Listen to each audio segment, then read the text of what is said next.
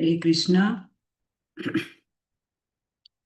ॐ अज्ञानतिमिरान्धस्य ज्ञानाञ्जनशलाकया चक्षुरुन्मीलितं येन तस्मै श्रीगुरवे नमः। श्रीचैतन्यमनोभीष्टं स्थापितं येन भूतले स्वयं रूपः कदा मह्यं ददाति स्वपदान्तिकम्। वन्देऽहं श्रीगुरोः श्रीयुतपदकमलं श्रीगुरून् वैष्णवांश्च श्रीरूपं साग्रजातं सहगणा रघुनाथान्वितं तं सजीवं साद्वैतं सावधूतं परिजनसहितं कृष्णचैतन्यदेवं श्रीराधाकृष्णपादान् सहगणललिता श्रीविशाखान्वितांश्च हे कृष्णा करुणा सिन्धो दीनबन्धो जगत्पते गोपेश गोपिका कान्ता राधाकान्ता नमोऽस्तु ते। तप्तकाञ्चन गौराङ्गी राधे वृन्दावनेश्वरी वृषभानुसुते देवी प्रणमामि हरिप्रिये। वाञ्छाकल्पतरुभ्यश्च कृपा सिन्धुभ्य एव च पतितानां पावनेभ्यो वैष्णवेभ्यो नमो नमः। जय श्री कृष्ण चैतन्य प्रभु नित्यानंद श्री अद्वैत गदाधर शिवसदि गौरभक्तवृंद। हरे कृष्णा कृष्ण कृष्ण हरे हरे, हरे राम राम राम हरे हरे, हरे कृष्ण कृष्ण कृष्ण हरे हरे, हरे राम राम राम हरे हरे। हरे कृष्ण कृष्ण कृष्ण हरे हरे, हरे राम राम राम हरे हरे। जय राधा माधव जय कुंज विहारी, जय राधा माधव जय कुंज विहारी, जय गोपी जन वल्लभ जय गिरिवरधारी, जय गोपी जन वल्लभ जय गिरिवरधारी।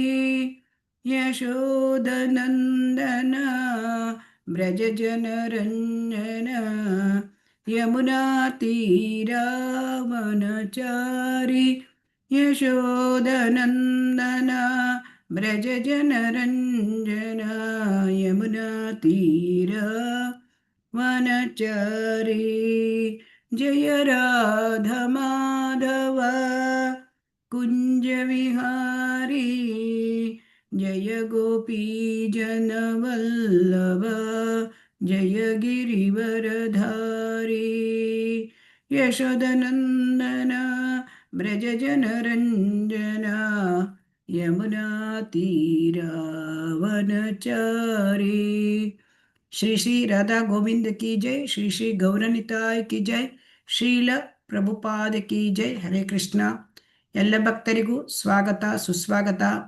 ಶ್ರೀ ಶ್ರೀ ರಾಧಾ ಗೋವಿಂದ ದೇವಸ್ಥಾನ ಮಂಗಳೂರು ಇವರು ಆಯೋಜಿಸಿರುವ 3ನೇ ಹಂತದ ತರಗತಿ ಭಕ್ತಿರಸಾಮೃತ ಸಿಂಧು ಅಧ್ಯಾಯ 14 ಭಕ್ತಿ ಅರ್ಹತೆಗಳು. ಹರೇ ಕೃಷ್ಣ. ಈ ಒಂದು ಅಧ್ಯಾಯದ ಇವತ್ತಿನ ಅಧ್ಯಯನಕ್ಕೆ ತಮ್ಮೆಲ್ಲರಿಗೂ ಕೂಡ ಸುಸ್ವಾಗತ. ಹರೇ ಕೃಷ್ಣ. ಹರೇ ಕೃಷ್ಣ. ಹರೇ ಕೃಷ್ಣ. 14 ಭಕ್ತಿ ಅರ್ಹತೆಗಳು. ಹರೇ ಕೃಷ್ಣ. ಓದ್ಬೋದು. ಹರೇ ಕೃಷ್ಣ. ಅಧ್ಯಾಯ 14 ಭಕ್ತಿ ಅರ್ಹತೆಗಳು. ಭಕ್ತಿ ಸೇವೆಯ ನೆಲೆಗೆ ತನ್ನನ್ನು ಎತ್ತರಿಸಿಕೊಳ್ಳಲು ವ್ಯಕ್ತಿಗೆ ಜ್ಞಾನ ಹಾಗೂ ವಿರಕ್ತಿಗಳು ಮುಖ್ಯ ಸಾಧನೆಗಳೆಂದು ಕೆಲವು ವಿದ್ವಾಂಸರು ಅಭಿಪ್ರಾಯಪಡುತ್ತಾರೆ. ಆದರೆ ಇದು ದಿಟವಲ್ಲ. ವಾಸ್ತವವೆಂದರೆ ಕೃಷ್ಣ ಪ್ರಜ್ಞೆಯತ್ತ ಹೆಜ್ಜೆ ಇಡುತ್ತಿರುವ ಮೊದಲಲ್ಲಿ ಜ್ಞಾನ ಹಾಗೂ ವೈರಾಗ್ಯಗಳು ಬೇಕಾದವು. ಆದರೆ ಕೊನೆಗೆ ಅವುಗಳನ್ನು ತ್ಯಜಿಸಬೇಕಾಗುವುದು. ಏಕೆಂದರೆ ಭಕ್ತಿ ಸೇವುವುದನ್ನು ಕುರಿತ ಒಲವು ಹಾಗೂ ಅಪೇಕ್ಷೆಯೊಂದನ್ನಲ್ಲದೆ ಬೇರೇನನ್ನೂ ಅವಲಂಬಿಸಿಲ್ಲ. ಭಕ್ತಿ ಸೇವೆಗೆ ಪ್ರಾಮಾಣಿಕತೆಯೊಂದರ ಹೊರತಾಗಿ ಬೇರೇನು ಬೇಕಾಗಿಲ್ಲ. ಊಹಾತ್ಮಕ ಹರೇ ಚಿಂತನೆ ಕೃಷ್ಣ, ಹಾಗೂ ಯೋಗ ಹರೇ ಕೃಷ್ಣ, ಹರೇ ಕೃಷ್ಣ, ಹರೇ ಕೃಷ್ಣ. ಶ್ರೀಲ ಪ್ರಭುಪಾದ ಕಿ ಜೈ. ಭಕ್ತಿ ಅಂದರೆ ಏನು? ಭಕ್ತಿ ಅಂದರೆ ಶ್ರೀಲ ಪ್ರಭುಪಾದರು ಹೇಳ್ತಾರೆ, ಭಕ್ತಿ ಅಂದರೆ ಭಕ್ತಿ ಸೇವೆ. ಇದನ್ನ ಭಕ್ತಿ ಸೇವೆ ಹೇಳೋದನ್ನ ಒತ್ತಿ ಹೇಳ್ತಾರೆ ಶ್ರೀಲ ಪ್ರಭುಪಾದರು, ಸೇವೆ. ಹಾಗಾಗಿ ಇಲ್ಲಿ ಭಕ್ತಿ ಸೇವೆಗೆ ನಮ್ಮನ್ನು ಎತ್ತರಿಸ್ಕೊಳ್ಬೇಕು ಅಲ್ವಾ? ಸೊ ಹಾಗಾದ್ರೆ ಅದಕ್ಕೆ ಏನು ಅರ್ಹತೆ ಅಂತ ಈ ಅಧ್ಯಾಯದಲ್ಲಿ ನಾವು ನೋಡ್ತಾ ಇದ್ದೇವೆ. ನಮಗೆ ಸಾಧಾರಣವಾಗಿ ಒಂದು ಪ್ರಶ್ನೆ ಬರ್ತದೆ, ಯಾವುದಕ್ಕಾದ್ರೂ ನಾವು ಪಡ್ಕೊಳ್ಬೇಕು ಅಂದ್ರೆ ಅದಕ್ಕೊಂದು ಅರ್ಹತೆ ಬೇಕಲ್ವಾ? ಹರೇ ಕೃಷ್ಣ. ಹೌದು ಮಾತಾಜಿ. ಹಾಗಾದ್ರೆ ಭಕ್ತಿ ಸೇವೆ, ಭಕ್ತಿಯನ್ನ ಪಡ್ಕೊಳ್ಳಿಕ್ಕೆ, ಭಕ್ತಿ ಸೇವೆ ಮಾಡ್ಲಿಕ್ಕೆ ಏನು ಅರ್ಹತೆ? ಈ ಪ್ರಶ್ನೆ ನಮಗೆ ಸಾಧಾರಣವಾಗಿ ಬರ್ತದೆ. ಸೊ ಹಾಗಾಗಿ ಇಲ್ಲಿ ಭಕ್ತಿ ಸೇವೆಗೆ ತನ್ನನ್ನು ಎತ್ತರಿಸ್ಕೊಳ್ಳಿಕ್ಕೆ, ಆ ಭಕ್ತಿ ಸೇವೆಯ ನೆಲೆಗೆ ಬರ್ಲಿಕ್ಕೆ ಕೆಲವರು ಹೇಳ್ತಾರೆ ಜ್ಞಾನ ಬೇಕು, ಕೆಲವರು ಹೇಳ್ತಾರೆ ವಿರಕ್ತಿ ಬೇಕು. ಇವೆರಡು ಮುಖ್ಯ ಸಾಧನ ಅಂತ ಕೆಲವು ವಿದ್ವಾಂಸರು ಅಭಿಪ್ರಾಯ ಪಡ್ತಾರೆ. ಆದರೆ ಶೀಲ ಪ್ರಭುಪಾದರು ಹೇಳ್ತಾರೆ ಇದು ನಿಜವಲ್ಲ, ಇದು ದಿಟ ಅಲ್ಲ. ಹಾಗಾದ್ರೆ ಯಾವುದು ವಾಸ್ತವ? ಕೃಷ್ಣ ಪ್ರಜ್ಞೆಯ ಭಕ್ತಿ ಸೇವೆಗೆ ಏನು ಆರಂಭ ಮಾಡಬೇಕು, ಅದು ಬಿಗಿನಿಂಗು, ಆರಂಭ ಮಾಡುವ ಮೊದಲು ಅಂದರೆ ಸುನ್ನೇನು ಶುರು ಮಾಡ್ತಾ ಇದ್ದೇವೆ, ಆವಾಗ ಜ್ಞಾನ ಮತ್ತು ವೈರಾಗ್ಯಗಳು ಬೇಕಾಗಬಹುದು. ಆದರೆ ಕೊನೆಗೆ ಈ ಜ್ಞಾನ ವೈರಾಗ್ಯ ಇದನ್ನೆಲ್ಲವೂ ಕೂಡ ಬಿಡಬೇಕಾಗುತ್ತದೆ ಅಂತ ಹೇಳ್ತಾರೆ ಶ್ರೀಲ ಪ್ರಭುಪಾದರು.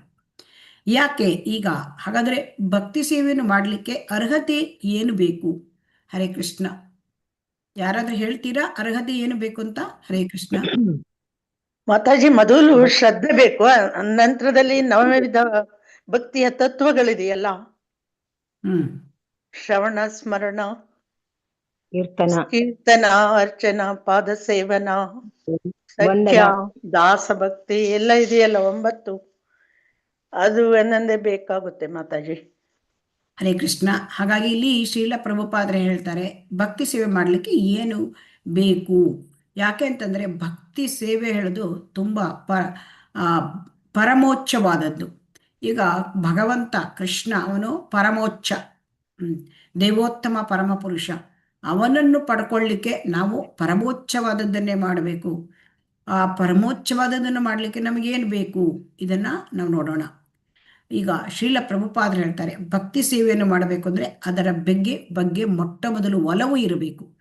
ಭಕ್ತಿ ಸೇವೆ ಮಾಡಬೇಕು, ನನಗೆ ಇಂಟ್ರೆಸ್ಟ್ ತುಂಬ ಮುಖ್ಯವಾದದ್ದು. ಒಬ್ಬನಿಗೆ ತನಗೆ ಕೃಷ್ಣ ಪ್ರಜ್ಞೆಗೆ ಬರಬೇಕು, ಇದು ಇಂಟ್ರೆಸ್ಟ್ ಇರಬೇಕು. ಇಂಟ್ರೆಸ್ಟ್ ಇಲ್ಲದೆ ನಾವು ಭೌತಿಕವಾಗಿಯೂ ಕೂಡ ಯಾವ ಕೆಲಸವನ್ನು ಮಾಡಲಿಕ್ಕೆ ಚಂದವಾಗಿ ಮಾಡಲಿಕ್ಕೆ ಆಗೋದಿಲ್ಲ ಅಲ್ವಾ? ಹೌದು ಮಾತಾಜಿ. ಹಾಗಿದ್ದ ಮೇಲೆ ಭಗವಂತನನ್ನು ಪಡ್ಕೊಳ್ಬೇಕು, ಅವನು ಪರಮೋಚ್ಚನಾದವನು. ಅಂತಹ ಭಗವಂತನ ಭಕ್ತಿ ಸೇವೆ ಮಾಡಬೇಕು ಅಂದಮೇಲೆ ಅವಾಗ ನಮಗೆ ತುಂಬ ಇಂಟ್ರೆಸ್ಟ್ ಇರಬೇಕು, ಒಲವು. ಆ ಭಗವಂತನ ಭಕ್ತಿ ಸೇವೆಯ ಕುರಿತಾಗಿ ಮೊಟ್ಟ ಮೊದಲು ನಮ್ಗೆ ಬೇಕಾಗಿದ್ದು ಇಂಟ್ರೆಸ್ಟ್, ಒಲವು.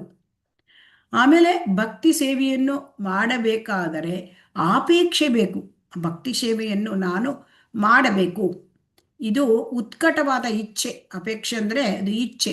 ಆ ಇಚ್ಛೆ ಇಷ್ಟು ಇರಬೇಕು ಅಂದರೆ ಉತ್ಕಟ ಅಂದರೆ ತುಂಬ ಪ್ರಬಲವಾಗಿ ಇರಬೇಕು. ನಾವು ಮಾಡಲೇಬೇಕು ಈ ರೀತಿಯಾದ ಒಂದು ಇಚ್ಛೆ. ಕೆಲವರಿಗೆ ಭೌತಿಕದಲ್ಲಿ ತುಂಬ ಇಚ್ಛೆ ಇರುತ್ತೆ, ನಂಗೆ ಅದು ಬೇಕೇ ಬೇಕು ಅಲ್ವಾ? ಹೌದು ಮಾತಾಜಿ. ಅದು ಪಡ್ಕೊಳ್ಳಿಕ್ಕೆ ನಾನು ಏನು ಬೇಕಾದರೂ ಮಾಡ್ತೇನೆ. ಆದರೆ ಇಲ್ಲಿ ಭಕ್ತಿ ಸೇವೆಯಲ್ಲಿ ಹಾಗೆ ಪ್ರಬಲವಾದ ಇಚ್ಛೆ ಬೇಕು, ಇಂಟೆನ್ಸ್ ಡಿಸೈರ್. ಸೊ ನಮಗೆ ಮತ್ತೆ ಭಕ್ತಿ ಸೇವೆಗೆ ಪ್ರಾಮಾಣಿಕತೆ ಬೇಕು. ಪ್ರಾಮಾಣಿಕತೆ ಹೇಗೆ ಅಂತಂದ್ರೆ ಅದು ಪ್ರಾಮಾಣಿಕವಾಗಿ ನಮಗೆ ನಾವೇ ಪ್ರಾಮಾಣಿಕವಾಗಿ ಇರಬೇಕು. ಅದಿಲ್ಲದೆ ಭಕ್ತಿ ಸೇವೆಯನ್ನು ಮಾಡಲಿಕ್ಕೆ ಆಗೋದಿಲ್ಲ. ಈಗ ಬ್ರಹ್ಮದೇವ ಅವನಿಗೆ ಎಷ್ಟು ಪ್ರಾಮಾಣಿಕತೆಯಿಂದ ಭಕ್ತಿ ಸೇವೆ ಮಾಡಿದ ಅಂದರೆ ಅವನ ಪ್ರಾಮಾಣಿಕತೆಯಿಂದ ಶ್ರೀಕೃಷ್ಣ ಭಗವಂತನಿಗೆ ಪರಮ ಸಂತೋಷ ಆಯ್ತಂತೆ. ಬ್ರಹ್ಮದೇವರು ಮಾಡಿದ ಭಕ್ತಿ ಸೇವೆ, ಆ ಭಕ್ತಿ ಮಾರ್ಗ. ಹಾಗಾಗಿ ಇಲ್ಲಿ ನಾವು ತುಂಬ ಅಂದರೆ ಮುಖ್ಯವಾಗಿ ತಿಳಿದುಕೊಳ್ತಕ್ಕಂಥ ವಿಚಾರ ಅಂದರೆ ಭಕ್ತಿ ಸೇವೆಯನ್ನು ಮಾಡಬೇಕಂದ್ರೆ ನಮಗೆ ಭಕ್ತಿ ಸೇವೆ ಮಾಡಲಿಕ್ಕೆ ಒಲವು ಇರಬೇಕು, ಅದರ ಬಗ್ಗೆ ನನಗೆ ಉತ್ಕಟವಾದ ಇಚ್ಛೆ ಇರಬೇಕು, ಮತ್ತು ಭಕ್ತಿ ಸೇವೆಯನ್ನು ಮಾಡುವಲ್ಲಿ ನಾವು ಪ್ರಾಮಾಣಿಕರಾಗಿರಬೇಕು. ಪ್ರಾಮಾಣಿಕರಾಗಿರೋದು ಅಂದರೆ ಈಗ ನಾನು 16 ಸುತ್ತು ಜಪ ಮಾಡ್ತೇನೆ ಅಂದರೆ ಮಾಡಬೇಕು ಪ್ರಾಮಾಣಿಕತೆಯಿಂದ. ಅಥವಾ ನಾನು ಈಗ ಭಗವಂತನ ಈ ಒಂದು ಕೆಲಸ ಸೇವೆ ಮಾಡ್ತೇನೆ, ಅದನ್ನು ಪ್ರಾಮಾಣಿಕವಾಗಿ ಮಾಡಬೇಕು. ಅಂದರೆ ಹೇಳೋದೊಂದು ಮಾಡೋದೊಂದು ಅಲ್ಲ, ಪ್ರಾಮಾಣಿಕತೆ ಅಲ್ಲಿರಬೇಕು. ಹಾಗೆ ನಮಗೆ ಇಂಟ್ರೆಸ್ಟು ಬಹಳ ಮುಖ್ಯ. ಯಾಕೆಂದರೆ ಈಗ ನಾನು ಒಂದು ಕೃಷ್ಣ ಪ್ರಜ್ಞೆಯಲ್ಲಿ ನಾನು ಮುಂದುವರಿಬೇಕು, ನಾನಲ್ಲಿ ಭಗವಂತನ ಸೇವೆ ಮಾಡಿದರೆ ಅದೇ ನನ್ನ ಜೀವನದ ಗುರಿಯಾಗಬೇಕು. ಯಾಕೆಂತಂದರೆ ಇದರಲ್ಲಿ ನನಗೆ ಮಾಡಿಕೊಂಡ್ರೆ ನಾನು ನನ್ನ ಮಾನವ ಜೀವನದಲ್ಲಿ ಯಶಸ್ಸನ್ನು ಗಳಿಸಲಿಕ್ಕೆ ಸಾಧ್ಯ. ಆ ರೀತಿಯಾಗಿ ಯಾವಾಗ ನಮ್ಮ ಮನಸ್ಸಿಗೆ ಅನಿಸುತ್ತೆ ಯಾವಾಗ ಅದರಲ್ಲಿ ಒಲವು ಬರಬೇಕು ಭಗವಂತನ ಸೇವೆ ಮಾಡಲಿಕ್ಕೆ. ಸೊ ಹಾಗಾಗಿ ಇದೆಲ್ಲ ಭಕ್ತಿಯ ಸೇವೆಗೆ ಇದು ಅರ್ಹತೆ. ಅದು ಬಿಟ್ಟರೆ ಜ್ಞಾನ ಬೇಕು, ವೈರಾಗ್ಯ ಬೇಕು, ಅದೇನು ಇಲ್ಲ, ದಿಟ ಅಲ್ಲ ಅಂತ ಶ್ರೀಲ ಪ್ರಭುಪಾದರು ಇಲ್ಲಿ ಹೇಳ್ತಾರೆ. ಹರೇ ಕೃಷ್ಣ. ಓದ್ಬಹುದು. ಹರೇ ಕೃಷ್ಣ. ಹರೇ ಕೃಷ್ಣ. ಹರೇ ಕೃಷ್ಣ ಮಾತಾಜಿ. ಊಹಾತ್ಮಕ ಚಿಂತನೆ ಹಾಗೂ ಯೋಗಾಭ್ಯಾಸದಂತಹ ಕೃತಕ ವಿಧಾನಗಳು ಐಹಿಕ ಕಾಲುಷ್ಯಗಳಿಂದ ಬಿಡುಗಡೆ ದೊರಕಿಸಿಕೊಡಲು ಸಹಾಯಕವಾಗಬಹುದು. ಆದರೆ ಅವು ವ್ಯಕ್ತಿಯ ಹೃದಯವನ್ನು ಹೆಚ್ಚು ಹೆಚ್ಚು ಕಟುವಾಗಿಸುತ್ತವೆ ಎಂಬುದು ತಜ್ಞ ಭಕ್ತರ ಅಭಿಪ್ರಾಯವಾಗಿದೆ. ಭಕ್ತಿ ಸೇವೆಯಲ್ಲಿ ಮುನ್ನಡೆಯಲು ಅವೆಂದು ನೆರವಾಗುವುದಿಲ್ಲ. ಆದ್ದರಿಂದ ಪ್ರಭುವಿನ ದಿವ್ಯ ಸೇವೆಯಲ್ಲಿ ನಿಲ್ಲಲು ಈ ಪ್ರಕ್ರಿಯೆಗಳು ಖಂಡಿತವಾಗಿಯೂ ಅನುಕೂಲಕರವಲ್ಲವು. ವಾಸ್ತವವಾಗಿ ಕೃಷ್ಣ ಪ್ರಜ್ಞೆಯೊಂದೇ, ಭಕ್ತಿ ಸೇವೆಯೊಂದೇ ಭಕ್ತಿಯುತ ಜೀವನದಲ್ಲಿ ಮುನ್ನಡೆಯಲು ಇರುವ ಏಕೈಕ ಮಾರ್ಗ. ಭಕ್ತಿ ಸೇವೆಯು ಪರಮೋಚ್ಚವಾದುದು. ಕಾರ್ಯಕಾರಣಗಳೆರಡೂ ಅದೇ. ಇರುವುದೆಲ್ಲದರ ಕಾರಣ ಹಾಗೂ ಪರಿಣಾಮ ಎರಡೂ ದೇವೋತ್ತಮ ಪರಮ ಪುರುಷನೇ ಆಗಿದ್ದಾನೆ. ಅವನನ್ನು ಪರಮೋಚ್ಚನನ್ನು ಮುಟ್ಟಲು ಭಕ್ತಿ ಸೇವಾ ಪ್ರಕ್ರಿಯೆಯನ್ನು ಇದು ಕೂಡ ಪರಮೋಚ್ಚವಾದುದೇ ಅನುಷ್ಠಾನ ಮಾಡಬೇಕು. ಹರೇ ಕೃಷ್ಣ ಮಾತಾಜಿ. ಹರೇ ಕೃಷ್ಣ. ಈಗ ಶ್ರೀಲ ಪ್ರಭುಪಾದರು ಇಲ್ಲಿ ಹೇಳ್ತಾರೆ, ಇಲ್ಲಿ ಯಾವುದು ಹಾಗಾದ್ರೆ ಕೃಷ್ಣ ಪ್ರಜ್ಞೆಗೆ ಬೇಕಾಗಿಲ್ಲ, ಯಾವುದು ಬೇಕಾಗಿದೆ ಅದು ಹೇಳಿದ್ರು. ಈಗ ಯಾವುದು ಬೇಕಾಗಿಲ್ಲ ಅಂತ ಶ್ರೀಲ ಪ್ರಭುಪಾದರು ಹೇಳ್ತಾ ಇದ್ದಾರೆ. ಅಂದರೆ ಊಹಾತ್ಮಕ ಚಿಂತನೆ, ಮೆಂಟಲ್ ಸ್ಪೆಕ್ಯುಲೇಷನ್, ಮತ್ತೆ ಯೋಗಾಭ್ಯಾಸ, ಇದು ಎಲ್ಲ ಕೃತಕ ವಿಧಾನಗಳು. ಇದು ಅಂದರೆ ಅಂದರೆ ನ್ಯಾಚುರಲ್ ಅಲ್ಲ, ಕೃತಕವಾದ ವಿಧಾನ. ಆದರೆ ಇದರಿಂದ ನಮಗೆ ಈ ಐಹಿಕದಿಂದ ಬಿಡುಗಡೆ ಪಡಿಬಹುದು, ಅಲ್ಲಿ ಪಡಿಲಿಕ್ಕೆ ಸಹಾಯ ಆಗ್ಬಹುದು. ಆದರೆ ಈ ಊಹಾತ್ಮಕ ಚಿಂತನೆ ಮಾಡೋದು, ಆಮೇಲೆ ಯೋಗಾಭ್ಯಾಸ, ಯಮ ನಿಯಮ, ಆಸನ, ಪ್ರಾಣಾಯಾಮ, ಪ್ರತ್ಯಾಹಾರ, ಇದೆಲ್ಲ ಕೃತಕ ವಿಧಾನ ಆಗತ್ತೆ. ಸೊ ಇದನ್ನು ಒತ್ತಾಯ ಮಾಡಿ ನಾವು ಮಾಡ್ಕೊಳ್ಳೋದು. ಸೊ ಆವಾಗ ಏನಾಗುತ್ತೆ, ಹೃದಯ ಹೆಚ್ಚು ಹೆಚ್ಚು ಕಟುವಾಗೋದು ಅಂದರೆ ಹೃದಯ ಗಟ್ಟಿಯಾಗ್ಬಿಡತ್ತೆ, ಹಾರ್ಡ್. ಈಗ ಭಕ್ತನ ಹೃದಯ ಮಿದು ಹೃದಯ. ಈ ಕಟುವಾದ ಹೃದಯ ಇದ್ದರೆ ಭಕ್ತಿ ಸೇವೆ ಮಾಡಲಿಕ್ಕೆ ಆಗೋದಿಲ್ಲ. ಇದು ತಜ್ಞ ಭಕ್ತರ ಅಭಿಪ್ರಾಯ ಇದೆ. ತುಂಬಾ ಅಡ್ವಾನ್ಸ್ಡ್ ಡಿವೋಟೀಸ್ ಅವರು ಹೇಳ್ತಾರೆ, ಇದು ನಮ್ಮ ಊಹಾತ್ಮಕ ಚಿಂತನೆ ಆಗಲಿ, ಕೃತಕ ಯೋಗಾಭ್ಯಾಸ ಆಗಲಿ, ಅದು ನಮಗೆ ಭಕ್ತಿಯಲ್ಲಿ ಮುಂದುವರಲಿಕ್ಕೆ ಎಂದೂ ಸಹಾಯ ಮಾಡೋದಿಲ್ಲ, ಯಾವತ್ತೂ. ಸೊ ಹಾಗಾಗಿ ಈ ಊಹಾತ್ಮಕ ಚಿಂತನೆ ಮತ್ತೆ ಯೋಗಾಭ್ಯಾಸದ ಅಗತ್ಯ ಭಕ್ತಿ ಸೇವೆಗೆ ಇಲ್ಲ. ಹಾಗಾದರೆ ಭಕ್ತಿ ಸೇವೆಗೆ ಅನುಕೂಲಕರವೇ ಅಲ್ಲ ಅವು. ಹಾಗಾದರೆ ನಿಜವಾಗಿ ಏನು ಮಾಡಬೇಕು ಭಕ್ತಿ ಸೇವೆ ಮಾಡಲಿಕ್ಕೆ? ಭಕ್ತಿ ಸೇವೆ ಮಾಡೋದೇ ಒಂದು ಮಾರ್ಗ. ನಮಗೆ ಭಕ್ತಿ ಸೇವೆಯಲ್ಲಿ ಮುಂದುವರಿಬೇಕು ಅಂದರೆ ಭಕ್ತಿ ಸೇವೆಯನ್ನೇ ಮಾಡಬೇಕು, ಅದಕ್ಕೆ ಬೇರೆ ರಿಪ್ಲೇಸ್ಮೆಂಟ್ ಇಲ್ಲ, ಅದೊಂದೇ ಮಾರ್ಗ. ಸೊ ಯಾಕೆ ಅಂತಂದರೆ ಭಕ್ತಿ ಸೇವೆಗೆ ಕಾರಣವೂ ಮತ್ತು ಪರಿಣಾಮವೂ ಕೂಡ ಒಂದು. ಯಾಕೆಂತಂದರೆ ಕಾರಣವೂ ಭಗವಂತನನ್ನ ಪಡ್ಕೊಳ್ಬೇಕು, ಪರಿಣಾಮವೂ ಭಗವಂತನನ್ನ ಪಡ್ಕೊಳ್ಳೋದು. ಸೊ ಹಾಗಾಗಿ ಮಾರ್ಗ ಒಂದೇ ಒಂದು ಮಾರ್ಗ, ಭಕ್ತಿ ಸೇವೆಗೆ ಒಂದೇ ಒಂದು ಮಾರ್ಗ, ಅದೇ ಭಕ್ತಿ ಸೇವೆಯನ್ನು ಮಾಡುವುದು. ಸೊ ಹಾಗಾಗಿ ನಾವು ಕೃಷ್ಣ ಪ್ರಜ್ಞೆಯಲ್ಲಿ ಮುಂದುವರಿಯುವುದು ಅಂತಂದರೆ ಭಕ್ತಿ ಸೇವೆಯನ್ನೇ ಮಾಡಬೇಕು, ಅದು ಬಿಟ್ಟರೆ ಬೇರೆ ಏನೂ ಇಲ್ಲ. ಅಂದರೆ ಇಲ್ಲಿ ನವವಿಧ, ಮಾತಾಜಿಯವರು ಹೇಳಿದರು, ನವವಿಧ ಭಕ್ತಿ: ಶ್ರವಣ, ಕೀರ್ತನ, ಸ್ಮರಣ, ಪಾದ ಸೇವನ, ಅರ್ಚನ, ವಂದನ, ದಾಸ್ಯ, ಸಖ್ಯ, ಆತ್ಮನಿವೇದನ. ಸೊ ಇದರಲ್ಲಿ ಈ ರೀತಿಯಾದ ಭಕ್ತಿ ಸೇವೆ, ಅದರಲ್ಲಿ ಆರಂಭದಲ್ಲಿ ಇಲ್ಲಿ ಶ್ರವಣ, ಕೀರ್ತನ ಮತ್ತು ಸ್ಮರಣ ಇವು ತುಂಬ ಮುಖ್ಯವಾದದ್ದು. ಸೊ ಇದನ್ನ ನಾವು ಮಾಡ್ತಾನೇ ಇರಬೇಕು. ಇದೇ ನಮಗೆ ಭಕ್ತಿಯಲ್ಲಿ ಮುಂದುವರಿಲಿಕ್ಕೆ ಅಥವಾ ಭಕ್ತಿ ಸೇವೆ ಮಾಡಲಿಕ್ಕೆ ಒಂದೇ ಒಂದು ಮಾರ್ಗ. ಹಾಗಾಗಿ ಇಲ್ಲಿ ಭಕ್ತಿ ಸೇವೆಗೆ ಅಂದ್ರೆ ಏನು, ಭಕ್ತಿ ಅಂದ್ರೆ ಏನು, ಭಕ್ತಿಯನ್ನು ಮಾಡಲಿಕ್ಕೆ ಅರ್ಹತೆ ಏನು, ಭಕ್ತಿಯನ್ನು ಮಾಡಲಿಕ್ಕೆ ಯಾವುದು ಬೇಕಾಗಿಲ್ಲ, ಭಕ್ತಿಯನ್ನು ಮಾಡಲು ಇರ್ತಕ್ಕಂಥ ಒಂದೇ ಒಂದು ಮಾರ್ಗ ಯಾವುದು, ಇದನ್ನ ನಾವು ನೋಡಿದೆವು. ಹರೇ ಕೃಷ್ಣ. ಇದನ್ನು ಓದಿ. ಹರೇ ಕೃಷ್ಣ.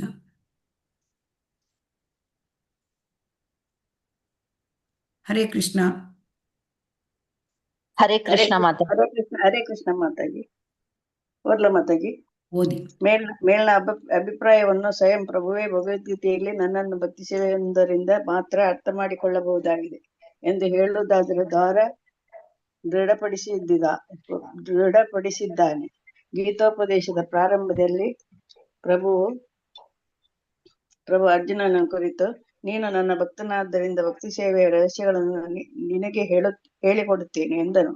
ವೈದಿಕ ತಿಳಿಯುವೆಂದರೆ ಅಂತಿಮವಾಗಿ ಪರಮಪ್ರಭುವನ್ನು ಅರ್ಥ ಮಾಡಿಕೊಳ್ಳುವುದೇ ಆಗಿದೆ ಮತ್ತು ಭಕ್ತಿ ಸೇವೆ ಅವನ ಸಾಮ್ರಾಜ್ಯ ಪ್ರವೇಶಕ್ಕಿರುವ ವಿಧಾನ. ಈ ಮಾತನ್ನು ಎಲ್ಲಾ ಪ್ರಮಾಣಭೂತ ಗ್ರಂಥಗಳು ಒಪ್ಪಿವೆ. ಊಹಾತ್ಮಕ ಚಿಂತನೆಯಲ್ಲಿ ತೊಡಗುವ ಜನ ಭಕ್ತಿ ಸೇವೆ ಮಾರ್ಗವನ್ನು ಅಲಕ್ಷಿಸುತ್ತಾರೆ ಮತ್ತು ದಾರ್ಶನಿಕ ಪರಿಶೋಧನೆಗಳಿಂದ ಜನರನ್ನು ಪರಾಜಯಗೊಳಿಸುವ ಹುನ್ನಾರದಲ್ಲಿ ಭಕ್ತಿ ಪರವಶಯತೆಯ ಬೆಳವಣಿಗೆಗೆ ಧಕ್ಕೆ ತಂದುಕೊಳ್ಳುತ್ತಾರೆ. ಹರೇ ಕೃಷ್ಣ ಮಾತಾಜಿ. ಹರೇ ಕೃಷ್ಣ.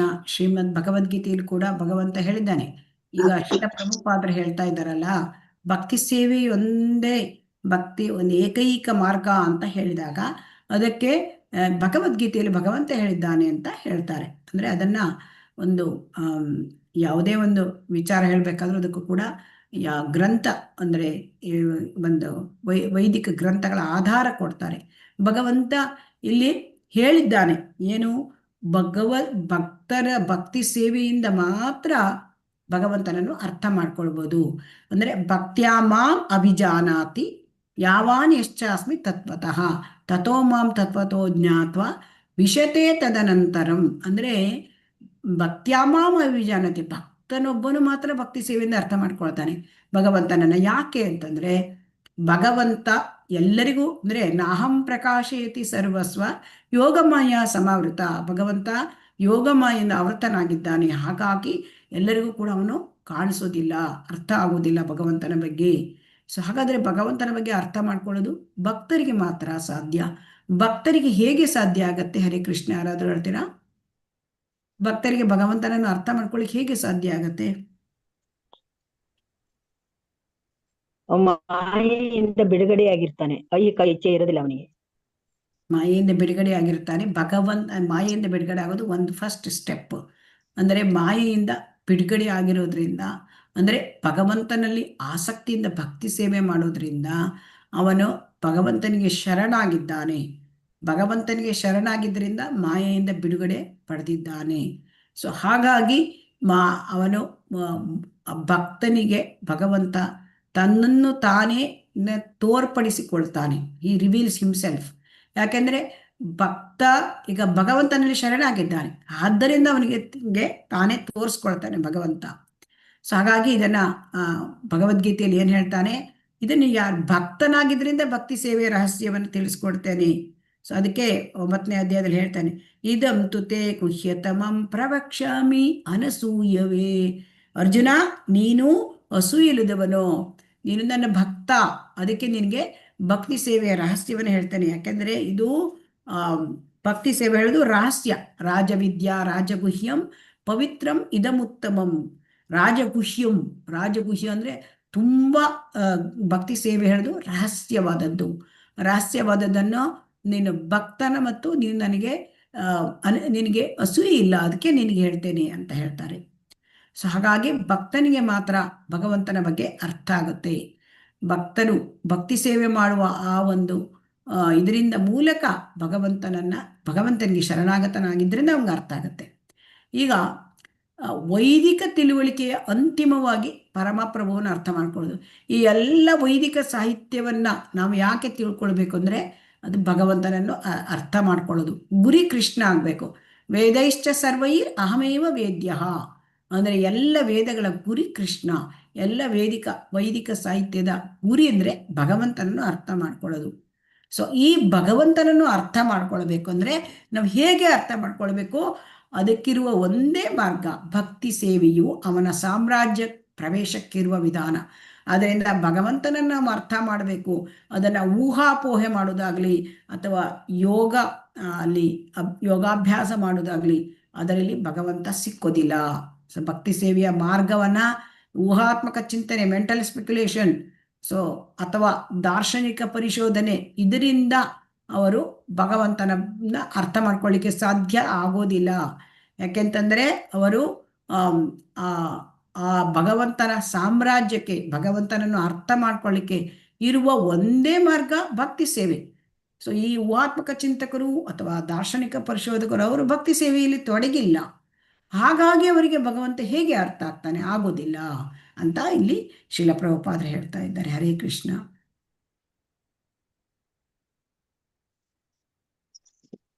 ಹರೇ ಕೃಷ್ಣ. ಓದಿ ಹರೇ ಕೃಷ್ಣ ಹೇಳಿದ್ರು.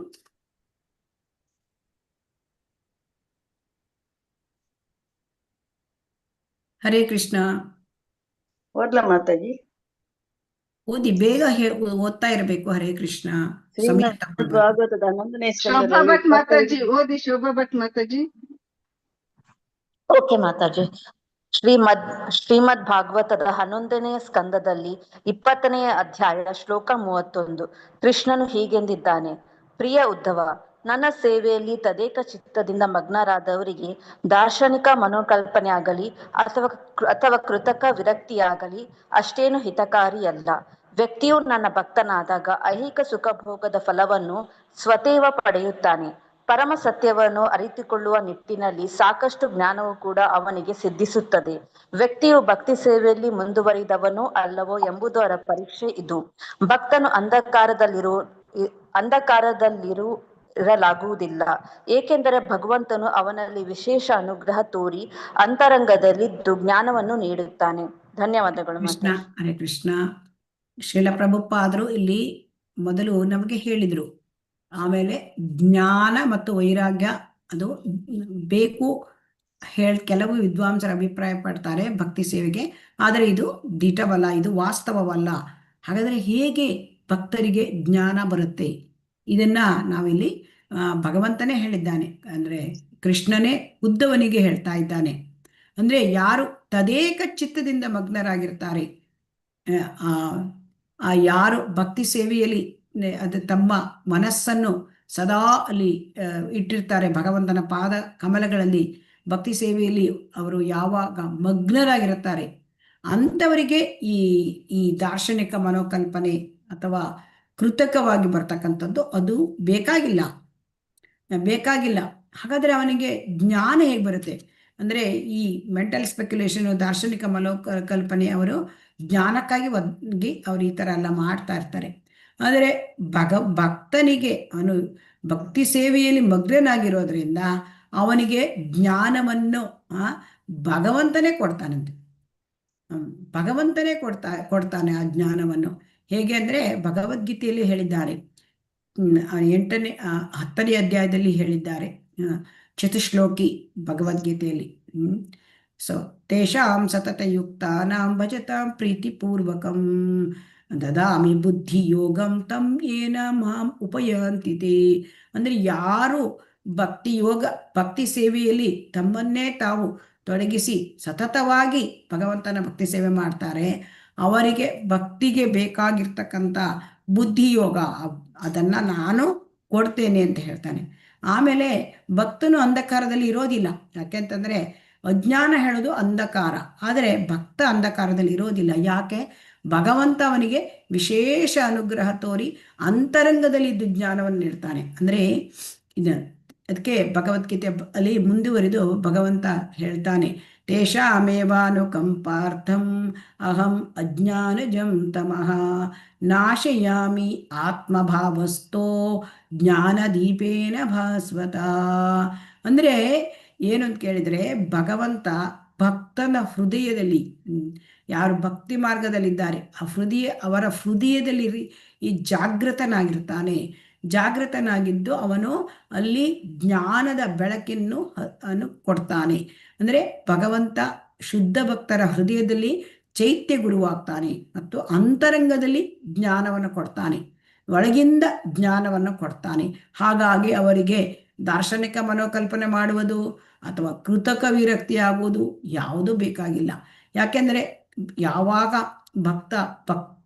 ಭಕ್ತಿ ಸೇವೆಯಲ್ಲಿ ತನ್ನನ್ನೇ ತಾನು ತೊಡಗಿಸಿದ್ದಾನೆ, ಆಗ ಭಕ್ತಿ ಸೇವೆಯಲ್ಲಿ ಭಗವಂತನಲ್ಲಿ ಆಸಕ್ತಿ ತೋರಿಸಿದ್ರಿಂದ ಅವನಲ್ಲಿ ತಾನಾಗಿಯೇ ವಿರಕ್ತಿ ಉಂಟಾಗುತ್ತೆ.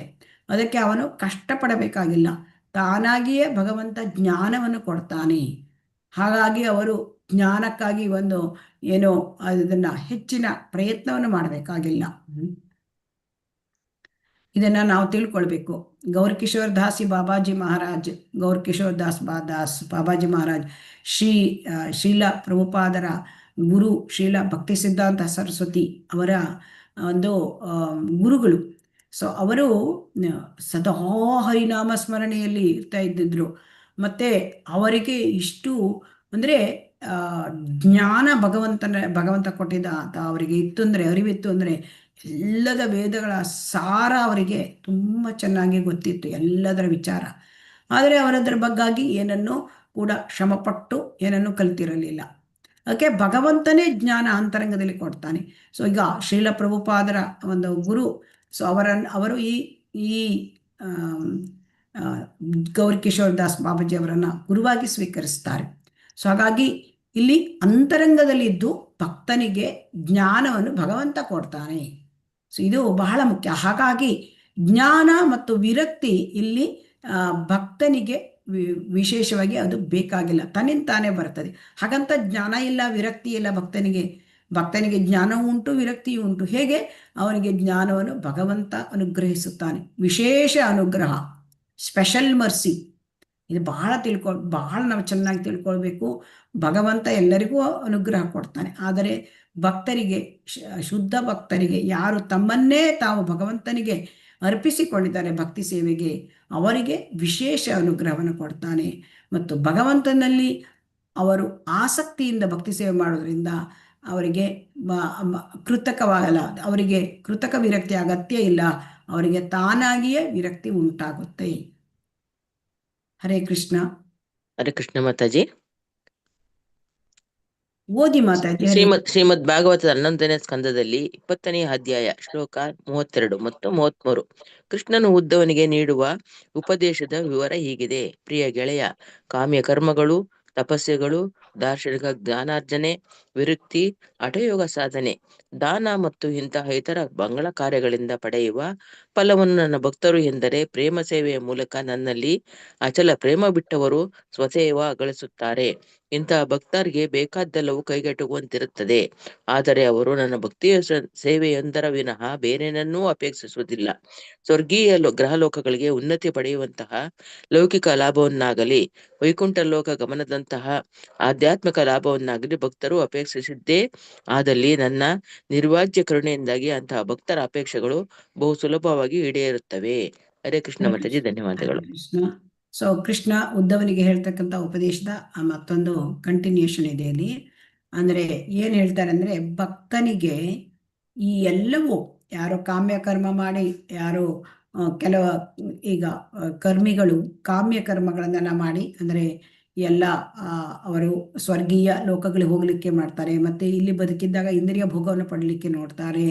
ಆಮೇಲೆ ಈ ನಿರಾಕಾರವಾದಿಗಳು, ಮಾಯಾವಾದಿಗಳು ದಾರ್ಶನಿಕ ಜ್ಞಾನವನ್ನು ಪಡ್ಕೊಳ್ಳಿಕ್ಕೆ ನೋಡ್ತಾರೆ, ಅದರಿಂದ ಮುಕ್ತಿಯನ್ನು ಪಡಲಿಕ್ಕೆ ನೋಡ್ತಾರೆ, ವಿರಕ್ತಿಯನ್ನು ಪಡಲಿಕ್ಕೆ ನೋಡ್ತಾರೆ. ಹಠಯೋಗ ಸಾಧನೆ ಮಾಡುವವರು ಹಠಯೋಗ ಸಾಧನೆ ಮಾಡಿ ಅವರು ಸಿದ್ಧಿಗಳನ್ನು ಪಡ್ಕೊಳ್ಳಿಕ್ಕೆ ನೋಡ್ತಾರೆ. ದಾನಗಳನ್ನು ಮಾಡಿ ಕೆಲವರು ಕರ್ಮಿಗಳು ದಾನವನ್ನು ಮಾಡಿ ಅವರು ಪುಣ್ಯಕರ್ಮವನ್ನು ಸಂಪಾದನೆ ಮಾಡ್ಲಿಕ್ಕೆ ಪ್ರಯತ್ನ ಮಾಡ್ತಾರೆ. ಆದರೆ ಭಕ್ತರು ಭಗವಂತನಲ್ಲಿ ಅಚಲ ಪ್ರೇಮ ಬಿಟ್ಟರೆ, ಅವರ ಪ್ರೇಮ ಬಿಟ್ಟು ಭಕ್ತಿ ಸೇವೆಯನ್ನು ಮಾಡಿದಾಗ ಅವರಿಗೆ ಇದರ ಎಲ್ಲ ಫಲಗಳು ಕೂಡ ತಾನಾಗೇ ಬರ್ತವೆ. ಅಂದರೆ ದಾನ ಧರ್ಮ ಮಾಡಿದ್ದು, ಕಾಮ್ಯಕರ್ಮ ಮಾಡಿದ ಪುಣ್ಯ, ಅಥವಾ ದಾರ್ಶನಿಕ ಜ್ಞಾನಾರ್ಜನೆಯಿಂದ ಆಗಿರ್ತಕ್ಕಂಥ ಇದು ವಿರಕ್ತಿಯಾಗಲಿ ಸಿದ್ಧಿಯಾಗಲಿ ಎಲ್ಲವೂ ಕೂಡ ಭಗವಂತ ಭಕ್ತರಿಗೆ ಅದು ಸುಲಭವಾಗಿ ಕೊಟ್ಬಿಡ್ತಾನೆ.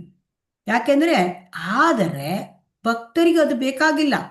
ಭಕ್ತರಿಗೆ ಆ ಇಂದ್ರಿಯ ಭೋಗ, ಇಂದ್ರಿಯ ಸುಖವಾಗಲಿ, ಅಥವಾ ಸ್ವರ್ಗ ಲೋಕಗಳಿಗೆ ಹೋಗಿ ಉನ್ನತಿ ಪಡಿಬೇಕು, ಅಥವಾ ಅಲ್ಲಿ ಸಿದ್ಧಿಗಳನ್ನು ಪಡ್ಕೋಬೇಕು, ಅಥವಾ ತಾನು ಮುಕ್ತಿ ಪಡ್ಕೋಬೇಕು, ದೇವರಲ್ಲಿ ಒಂದಾಗಬೇಕು, ಈ ಯಾವ ವಿಚಾರವನ್ನು ಕೂಡ ಅವರು ಅಪೇಕ್ಷಿಸುವುದಿಲ್ಲ. ಅವರಿಗೆ ಯಾವುದೂ ಅಪೇಕ್ಷೆ ಪಡೋದಿಲ್ಲ. ನನ್ನ ನಿರ್ವ್ಯಾಜ ಕರುಣೆಯಿಂದಾಗಿ ಅಂತಹ ಭಕ್ತರ ಅಪೇಕ್ಷೆಗಳು ಬಹು ಸುಲಭವಾಗಿ ಈಡೇರುತ್ತವೆ. ಈಗ ಕೆಲವೊಮ್ಮೆ ಭಕ್ತರು ಏನಾದರೂ ಅಪೇಕ್ಷೆ ಪಟ್ಟರೆ ಯಾವುದನ್ನಾದರೂ ಕೂಡ ಅದು ಭಗವಂತ ಅವರಿಗೆ ಸ್ಯಾಂಕ್ಷನ್ ಮಾಡೇ ಮಾಡ್ತಾನೆ ಅಂತ ಇಲ್ಲಿ ಹೇಳ್ತಾರೆ. ಸೊ ಅಂದರೆ ಭಕ್ತರಿಗೆ ಯಾವತ್ತೂ ಕೂಡ ಇದು ಯಾವ ವಿಚಾರಗಳು ಕೂಡ ಎಟುಕುವುದಿಲ್ಲ ಅಂತಿಲ್ಲ, ಎಲ್ಲ ಸಿಗ್ತದೆ. ಆದರೆ ಭಕ್ತರಿಗೆ ಭಗವಂತನ ಸೇವೆ ಬಿಟ್ಟರೆ ಅವರಿಗೆ ಬೇರೆ ಏನೂ ಕೂಡ ಬೇಕಾಗಿಲ್ಲ ಅಂತ ಇಲ್ಲಿ ಹೇಳ್ತಾರೆ.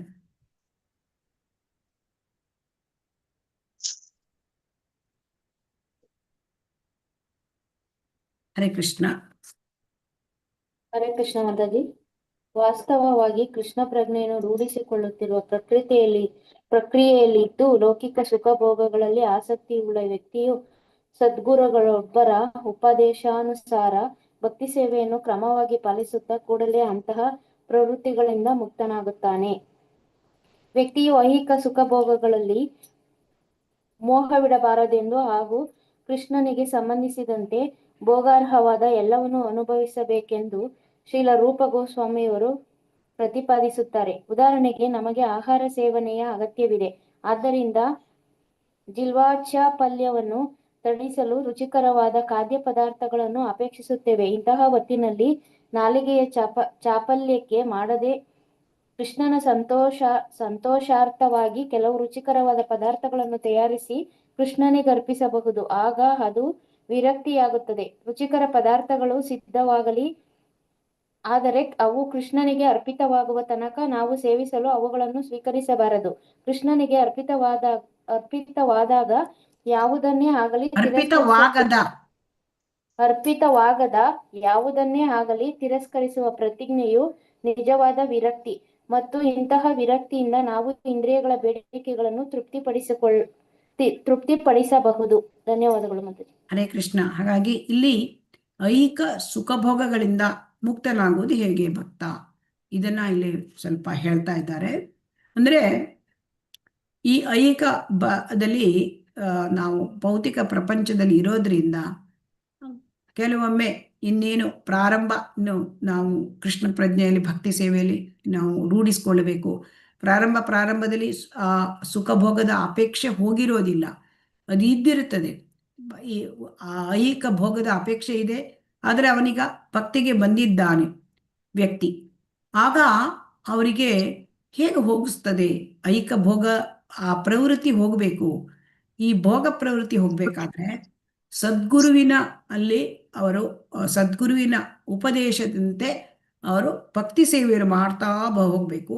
ಆಗ ತನ್ನಿಂದ ತಾನೇ ಅವನಿಗೆ ಐಹಿಕ ಭೋಗದಲ್ಲಿ ಭೋಗ ಮಾಡ್ತಕ್ಕಂಥ ಪ್ರವೃತ್ತಿ ಹೋಗ್ತದೆ. ಅಂದರೆ ಭೌತಿಕದಲ್ಲಿ ಆಸಕ್ತಿ, ಇದನ್ನು ನಾನು ಇಂದ್ರಿಯ ಭೋಗ ಪಡಬೇಕು, ಅದು ಹೋಗಬೇಕಾದ್ರೆ ಗುರುವಿನ ಆಶ್ರಯದಲ್ಲಿ ಗುರುವಿನ ಉಪದೇಶದ ಪ್ರಕಾರ ನಾವು ಭಕ್ತಿ ಸೇವೆ ಮಾಡಬೇಕು. ಅಂದರೆ ಭಕ್ತಿ ಸೇವೆ ಮಾಡಿದಾಗ ಭಗವಂತನ ಅನುಗ್ರಹದಿಂದ ಅದರ ಮೇಲೆ ಇಚ್ಛೆನೇ ಬರುವುದಿಲ್ಲ. ಹರೇ ಕೃಷ್ಣ. ಈಗ ನೀವು ಭಕ್ತಿಗೆ ಬಂದಿದ್ದೀರಿ, ಈಗ ಸುಮಾರು 6 ತಿಂಗಳಾಯಿತು. ಈ ಸಮಯದಲ್ಲಿ ನಿಮಗೆ ಏನಾದರೂ ಅನಿಸುತ್ತಾ, ನಾನೀಗ ಸಿನಿಮಾ ಹೋಗಬೇಕು, ಅಥವಾ ನಾನೀಗ ಏನಾದರೂ ಒಂದು ಈ ಥರ ಇಂದ್ರಿಯ ಭೋಗದ ಇಚ್ಛೆ ಇಟ್ಕೊಂಡು ಬೇರೆ ಬೇರೆ ರೀತಿಯ ಪಿಕ್ನಿಕ್ಕಿಗೆ ಹೋಗೋದು, ಟೂರ್ ಟ್ರಿಪ್ಪಿಗೆ ಹೋಗೋದು, ಇದೆಲ್ಲ ಮಾಡ್ಬೇಕಂತ ಅನಿಸುತ್ತಾ? ಇಲ್ಲ ಮಾತಾಜಿ, ಅದು ಸ್ವಲ್ಪ ಕಡಿಮೆ ಆದಂಗೆ ಕಾಣುತ್ತೆ ಅಲ್ವಾ? ಹರೇ ಕೃಷ್ಣ. ಹೌದು ಮಾತಾಜಿ. ಪೂರಿ ಕಡಿಮೆನೆ ಆಗಿದೆ ಮಾತಾಜಿ, ಇಲ್ವೇ ಇಲ್ಲ ಈಗ. ಅಂದ್ರೆ ಇಲ್ಲಿ ಸದ್ಗುರುವನ್ನ ನಾವು ದೀಕ್ಷೆ ತೆಗೆದುಕೊಂಡು ಆ ಸದ್ಗುರುವಿನ ಉಪದೇಶದ ಪ್ರಕಾರ ಭಕ್ತಿ ಸೇವೆಯನ್ನು ಮಾಡ್ತಾ ಹೋದ್ರೆ ಅದು ಅಂತಹ ಪ್ರವೃತ್ತಿ ಮಾಡ್ತಕ್ಕಂಥ ಇಚ್ಛೆನೇ ಬರುವುದಿಲ್ಲ. ಅದರಿಂದ ಮುಕ್ತನಾಗುತ್ತಾನೆ, ಅಂದ್ರೆ ಕಂಪ್ಲೀಟ್ ಬಿಡುಗಡೆ ಆಗ್ತಾನೆ ಅಂತ ಇಲ್ಲಿ ಹೇಳ್ತಾರೆ. ಸೊ ಆದ್ದರಿಂದ ಐಹಿಕದಿಂದ ನಮಗೆ ವಿರಕ್ತಿ ಸಿಗಬೇಕು ಅಂತಂದ್ರೆ ಬೇರೆ ಏನಿಲ್ಲ ಉಪಾಯ, ನಮಗೆ ಭಕ್ತಿ ಸೇವೆ ಮಾಡೋದೇ ಉಪಾಯ. ಆ ಭಕ್ತಿ ಸೇವೆ ಯಾವಾಗ ಕೃಷ್ಣನಲ್ಲಿ ಆದಾಗ ಆಗ ಈ ಇತರ ಈ ವಸ್ತುಗಳಲ್ಲಿ ಆಸಕ್ತಿ ಹೊರಟೋಗುತ್ತೆ.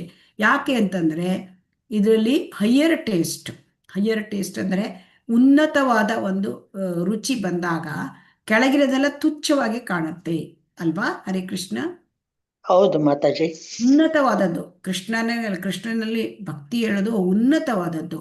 ಆ ಉನ್ನತವಾದದ್ರಲ್ಲಿ ರುಚಿ, ನಾನು ಭಗವಂತನ ಹರಿನಾಮ ಸಂಕೀರ್ತನೆ ಮಾಡಬೇಕು, ನಾನು ಭಗವಂತನ ಪ್ರಾರ್ಥನಾ ಪದ್ಯಗಳನ್ನು ಕಲಿಬೇಕು, ದೇವರ ಮುಂದೆ ಹಾಡಬೇಕು, ದೇವರಿಗೆ ನಾನು ಅಂದರೆ ಆ ಶ್ರವಣ ಕೆಲಸ, ಭಗವದ್ಗೀತೆ ಭಾಗವತ ಶ್ರವಣ ಮಾಡಬೇಕು, ಇದೆಲ್ಲ ಆಸಕ್ತಿ ಬಂದಾಗ ಈ ರೀತಿಯ ಆ ಭೌತಿಕದ ತುಚ್ಛ ವಿಚಾರಗಳು, ಆ ಭೌತಿಕದ ಈ ಸುಖಭೋಗಗಳು ತುಚ್ಛವಾಗಿ ಕಾಣುತ್ತೆ.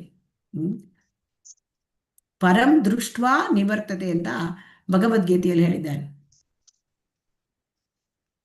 ಪರಂ ದೃಷ್ಟ್ವಾ ನಿವರ್ತತೆ ಅಂದರೆ ಪರಂ ದೃಷ್ಟ್ವಾ, ಯಾವಾಗ ಉನ್ನತವಾದದ್ದು ದೊರಕಿದಾಗ ವ್ಯಕ್ತಿ ಕೆಳಗಿನ ಕೀಳುದನ್ನ ಬಿಟ್ಟುಬಿಡ್ತಾನೆ ಅಲ್ವಾ? ಒಬ್ಬನಿಗೆ ಒಳ್ಳೆಯ ಪೋಸ್ಟ್ ಸಿಗ್ತದೆ, ಒಬ್ಬ ಟಾಪ್ ಲೆವೆಲ್ CEO ಪೋಸ್ಟ್ ಸಿಗುತ್ತೆ, ಅಥವಾ ಅವನಿಗೆ ಕೆಳಗಿನ ಪೋಸ್ಟ್ ಇರುತ್ತೆ ಮೊದಲು, ಅದನ್ನ ಬಿಟ್ಟುಬಿಡ್ತಾರೆ ಅಲ್ವಾ? ಹರೇ ಕೃಷ್ಣ. ಹೌದು ಮಾತಾಜಿ. ಅಲ್ವಾ? ಪ್ರಮೋಷನ್ ಸಿಕ್ತಂದ್ರೆ ಕೆಳಗಿನ ಪೋಸ್ಟ್ ಬಿಟ್ಬಿಡ್ತಾರೆ, ಮೇಲಿನ ಪೋಸ್ಟಿಗೆ ಹೋಗ್ತಾರೆ ಅಲ್ವಾ? ಹೌದು ಮಾತಾಜಿ. ಅದೇ ತರಹ ಇಲ್ಲಿ ಭಗವಂತನಲ್ಲಿ ನಮಗೆ ಆಸಕ್ತಿ ಉಂಟಾದಾಗ, ಭಕ್ತಿ ಕಾರ್ಯದಲ್ಲಿ ಆಸಕ್ತಿ ಉಂಟಾದಾಗ ಭೌತಿಕ ಸುಖ ಭೋಗಗಳಲ್ಲಿ ನಮಗೆ ಆಸಕ್ತಿ ತಾನಿಂತಾನೇ ಕಡಿಮೆ ಆಗುತ್ತೆ. ಅದು ಮಾಡಬೇಕು ಅಂದ್ರೆ ಗುರುವಿನ ಉಪದೇಶದಲ್ಲಿ ಭಕ್ತಿ ಸೇವೆಯನ್ನು ಮಾಡಬೇಕು. ಯಾಕೆಂದ್ರೆ ಗುರುವು ಭಗವಂತನನ್ನು ಕಂಡಿದ್ದಾನೆ. ಸೊ ಹಾಗಾಗಿ ಗುರುವು ಅವನಿಗೆ ನಮ್ಮನ್ನ ಮಾರ್ಗದರ್ಶನ ಮಾಡಬಲ್ಲ. ಅದೇ ಹೇಳ್ತಾರೆ, ತದ್ವಿದ್ಯೆ ಪ್ರಣಿಪಾತೇನ ಪರಿಪ್ರಶ್ನೇನ ಸೇವಯ್ಯ ಉಪದೇಕ್ಷಂತಿತೆ ಜ್ಞಾನಿನಃ ತತ್ವದರ್ಶಿನಃ. ಅವರು ಭಗವಂತನನ್ನು ಕಂಡಿದ್ದಾರೆ, ಭಗವಂತನನ್ನು ಕಂಡಿರೋದ್ರಿಂದ ಅವರು ನಮಗೆ ಭಗವಂತನನ್ನು ತೋರಿಸಬಲ್ಲರು. ಅದಕ್ಕೆ ಆಸಕ್ತಿಯನ್ನು ಕೂಡ ಅವರು ಸದ್ಗುರು ತೋರಿಸ್ತಾರೆ.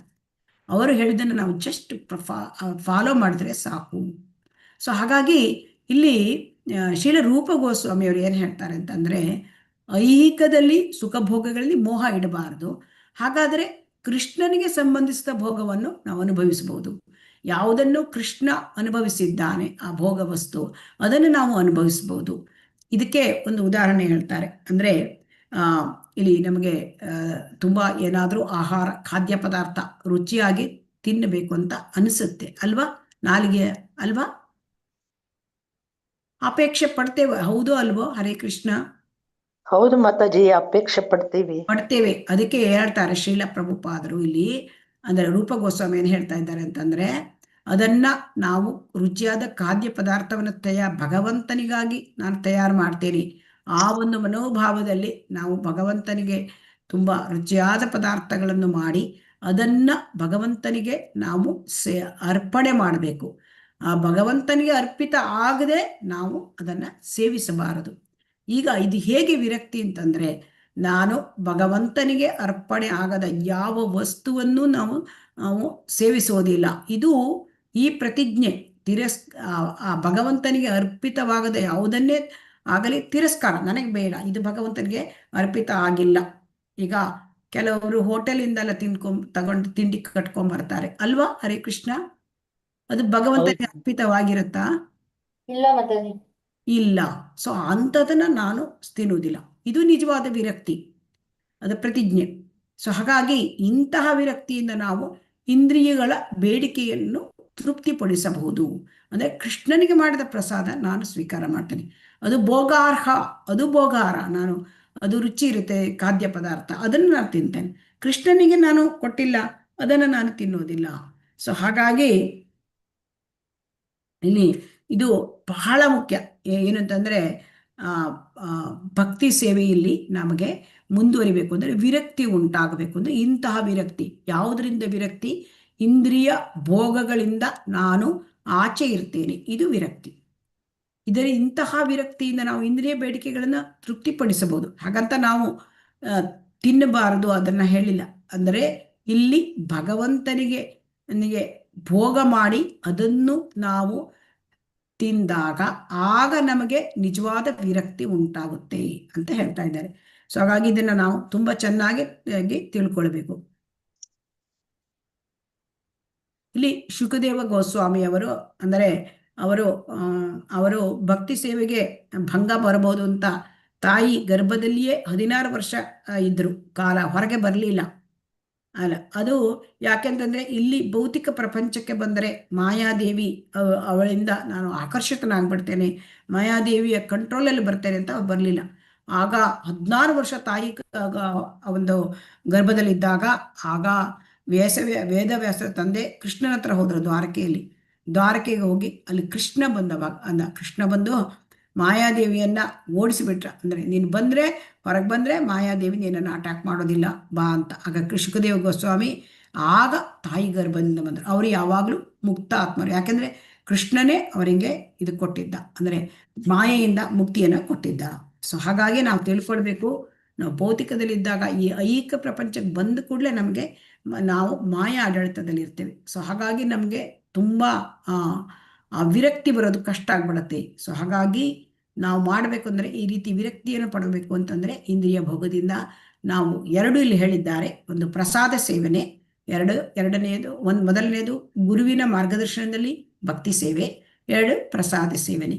ಇವೆರಡರಿಂದ ನಮಗೆ ವಿರಕ್ತಿ ಸುಲಭವಾಗಿ ಸಿಕ್ಕತ್ತೆ. ಹರೇ ಕೃಷ್ಣ. ಓದ್ತೀನಿ ಮಾತಾಜಿ. ಓದಿ ಮಾತಾಜಿ. ಐಹಿಕವಾದದ್ದನ್ನು ತಪ್ಪಿಸಿಕೊಳ್ಳ ಬಯಸುವ ನಿರಾಕಾರವಾದಿಗಳು ಬಗೆ ಬಗೆಯ ತಪೋವ್ರತಗಳನ್ನು ಆಚರಿಸಬಹುದು. ಆದರೆ ಭಗವತ್ ಸೇವಾ ತತ್ಪರರಾಗಿರುವ ಅವಕಾಶವನ್ನು ಅವರು ಕಳೆದುಕೊಳ್ಳುತ್ತಾರೆ. ಹಾಗಾಗಿ ಸಿದ್ಧಿ ಪಡೆಯಲು ಅವರು ವಿರಕ್ತಿಯು ಸಾಕಾಗುವುದಿಲ್ಲ.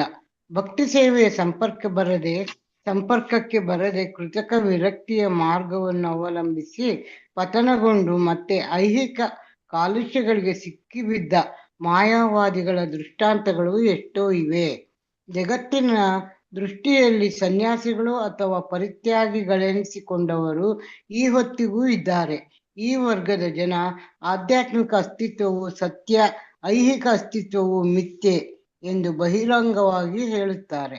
ಹೀಗೆನ್ನುತ್ತಾ ಇವರು ಐಹಿಕ ಜಗತ್ತಿನ ಬಗೆಗೆ ವಿರಕ್ತರಂತೆ ತೋರಿಸಿಕೊಳ್ಳುತ್ತಾರೆ. ಇದು ಕೃತಕ ವೈರಾಗ್ಯ. ಈ ಜನ ಭಕ್ತಿ ಸೇವೆಯ ಘಟ್ಟಕ್ಕೆ ಹೇಗೋ ಬರಲಾರರಾದ್ದರಿಂದ ತಮ್ಮ ಗುರಿ ಸಾಧನೆಯಲ್ಲಿ ವಿಫಲರಾಗಿ ಮತ್ತೆ ದಾನ ಧರ್ಮ ಕಾರ್ಯ ಇಲ್ಲವೇ ರಾಜಕೀಯ ಚಟುವಟಿಕೆಗಳಂತಹ ಐಹಿಕ ಪ್ರಸಕ್ತಿಯಲ್ಲಿ ತೊಡಗುತ್ತಾರೆ.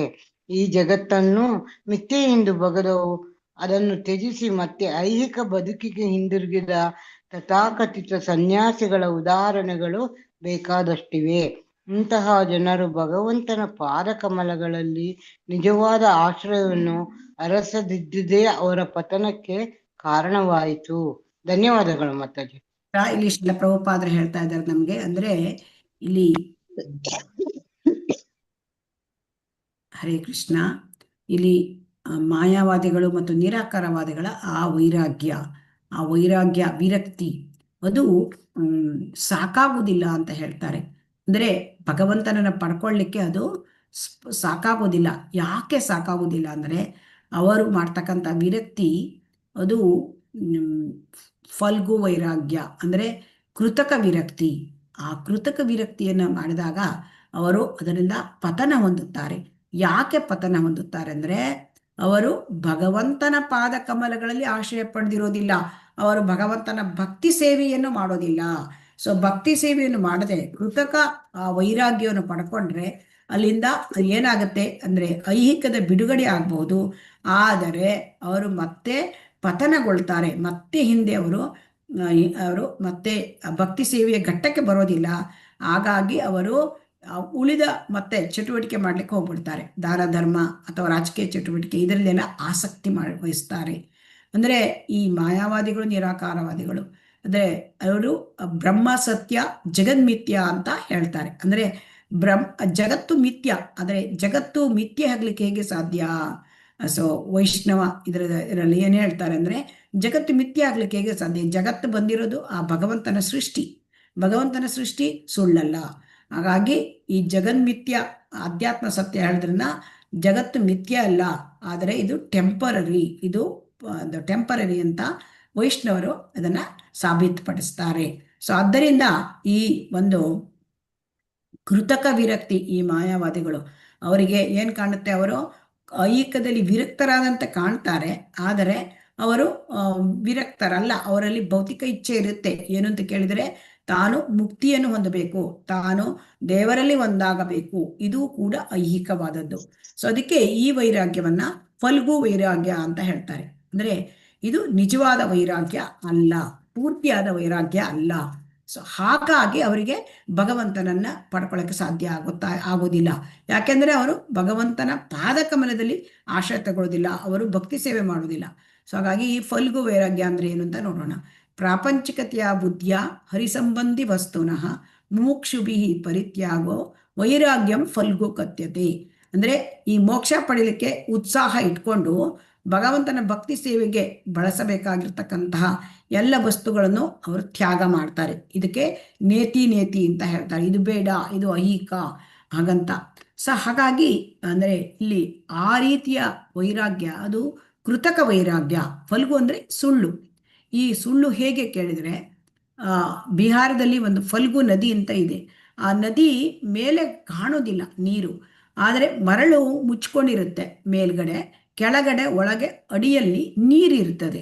ಸೊ ಹಾಗಾಗಿ ಆ ಫಲ್ಗು ವೈರಾಗ್ಯ ಹೇಗೆ ಅಂದರೆ, ಕೈಯಲ್ಲಿ ಹಾಕಿದರೆ ಒಳಗಡೆ ನೀರಿರುತ್ತೆ, ಮೇಲ್ಗಡೆ ಮರಳು ಥರ ಕಾಣುತ್ತೆ. ನೋಡಲಿಕ್ಕೆ ಮರಳು, ಆದರೆ ಒಳಗಡೆ ನೀರಿರುತ್ತೆ. ಸೊ ಹಾಗಾಗಿ ಈ ರೀತಿಯ ಮಾಯಾವಾದಿಗಳು ಅವರು ಹೇಗೆ ಅಂದರೆ ಅವರ ವೈರಾಗ್ಯ ಹೇಗೆ ಅಂತಂದರೆ, ಜನರಿಗೆ ವೈರಾಗ್ಯದಂತ ಕಾಣ್ತಾರೆ, ಆದರೆ ಒಳಗಡೆ ಅವರಿಗೆ ದೇವರಾಗುವ ಇಚ್ಛೆ ಇರ್ತದೆ. ಸೊ ಅವರು ಎಲ್ಲ ಬಿಡುವಲ್ಲೇ ನಾನು ಅಂತ ಹೇಳ್ತಾರೆ, ಆದರೆ ಯಾವ ಇಚ್ಛೆ ಬಿಡುವುದಿಲ್ಲ ಅವರು. ನಾನು ಭಗವಂತನ ಜೊತೆ ಒಂದಾಗ್ತೇನೆ, ಈ ಇಚ್ಛೆಯನ್ನು ಅವರು ಬಿಡುವುದಿಲ್ಲ. ಸೊ ಇದಕ್ಕೆ ಇದು ತೋರುಗಾಣಿಕೆಯ ವೈರಾಗ್ಯ ಅಂತ ಹೇಳ್ತಾರೆ. ಈಗ ತೋರುಗಾಣಿಕೆಯ ವೈರಾಗ್ಯಕ್ಕೆ ಒಂದು ಉದಾಹರಣೆ ಅಂದರೆ ಇಲ್ಲಿ ಕಾಡಿನಲ್ಲಿ ಮಂಗಗಳು ಇರ್ತವೆ ಅಲ್ವಾ? ಆ ಮಂಗಗಳೇನಾದ್ರು ಬಟ್ಟೆ ಹಾಕೊಳ್ತಾವ? ಹರೇ ಕೃಷ್ಣ. ಇಲ್ಲ ಮಾತಾಜಿ. ಅವು ಹಣ್ಣು ಎಲೆ ತಿಂದು ಬದುಕ್ತವೆ ಅಲ್ವಾ? ಹಾಗೆ ಅದಕ್ಕೆ ಹಣ್ಣು ಎಲೆ ಅವ್ರು ನೋಡಿದರೆ ಏನಪ್ಪಾ ವಿರಾಗಿಗಳ ಥರ ಕಾಣ್ತಾರೆ, ವೈರಾಗ್ಯ ಥರ. ಏನಿಲ್ಲ, ಅವ್ರು ಕಾಡಲ್ಲಿ ಬದುಕ್ತಾರೆ, ಅಂದರೆ ಸಸ್ಯಾಹಾರಿ ಥರ ಎಲೆ ತಿಂದು ಬದುಕ್ತಾರೆ ಹಾಗೆ ಅಂತ. ಅದನ್ನು ಶ್ರೀಲ ಪ್ರಭುಪಾದರು ಮಹಾರಾಷ್ಟ್ರಲ್ಲಿ ಹೇಳ್ತಾರೆ. ನೋಡೋದಕ್ಕೆ ವೈರಾಗ್ಯ ಥರ, ಆದರೆ ಆ ಮಂಗಗಳು ಒಂದೊಂದು ಮಂಗಕ್ಕೂ ತಲಾ ಅರ್ಧ ಡಜನ್ ಅಷ್ಟಾದರೂ ಹೆಂಡತಿ ಇರ್ತಾರಂತೆ. ಸೊ ಹಾಗಾಗಿ ಈ ಫಲ್ಗು ವೈರಾಗ್ಯ ಅದು ಕಡಿಮೆ ಬೆಲೆ ಉಳ್ಳದ್ದು. ಅದರಿಂದ ನಾವು ಭಕ್ತಿಗೆ, ಭಗವಂತನ ಸೇವೆಗೆ ಬರೋದಿಲ್ಲ ಅವರು. ಸೊ ಹಾಗಾಗಿ ಇಂತಹ ವೈರಾಗ್ಯದಿಂದ ಭಗವಂತನನ್ನು ಪಡ್ಕೊಳ್ಳಿಕ್ಕೆ ಅದು ಸಾಕಾಗೋದಿಲ್ಲ. ಸೊ ಅವರ ಹೆಸರಿಗೆ ಮಾತ್ರ ಸನ್ಯಾಸಿ, ಆದರೆ ಹೃದಯದಲ್ಲಿ ತುಂಬ ಇಚ್ಛೆಗಳು ಇರುತ್ತೆ. ತಾನು ದೇವರಾಗಬೇಕು ಹೇಳೋದು ಇಚ್ಛೆ. ಸೊ ಇದನ್ನೆಲ್ಲ ಅದಕ್ಕಾಗಿ ಅವರು ಐಹಿಕವಾದದ್ದನ್ನೆಲ್ಲ ನೇತಿ ಅಂತ ತಪ್ಪಿಸ್ಕೊಂಡ್ಬಿಡ್ತಾರೆ. ಇದು ಬೇಡ, ಇದು ಮುಟ್ಟಿದ್ರೆ ನನಗೆ ಐಹಿಕ ಅಂತ ಹೇಳಿ ಅವರು ಅನೇಕ ಬಗೆಯ ತಪಸ್ಸು ವ್ರತಗಳನ್ನು ಆಚರಿಸಬಹುದು, ಆದರೆ ಭಗವಂತನ ಭಕ್ತಿ ಸೇವೆಯಲ್ಲಿ ಅವರು ತತ್ಪರರಾಗಿರುವುದಿಲ್ಲ. ಸೊ ಹಾಗಾಗಿ ಅವರು ಹೇಳ್ತಕ್ಕಂಥ ಈ ಒಂದು ಅವರು ಈ ಥರ ಇರೋದ್ರಿಂದ ಅವರ ಒಂದು ವಿರಕ್ತಿ ಸಾಕಾಗುವುದಿಲ್ಲ. ಅದು ಸಂಪೂರ್ಣವಾದ ವಿರಕ್ತಿ ಅಲ್ಲ, ಪರಿಪೂರ್ಣವಾದ ವಿರಕ್ತಿ ಅಲ್ಲ.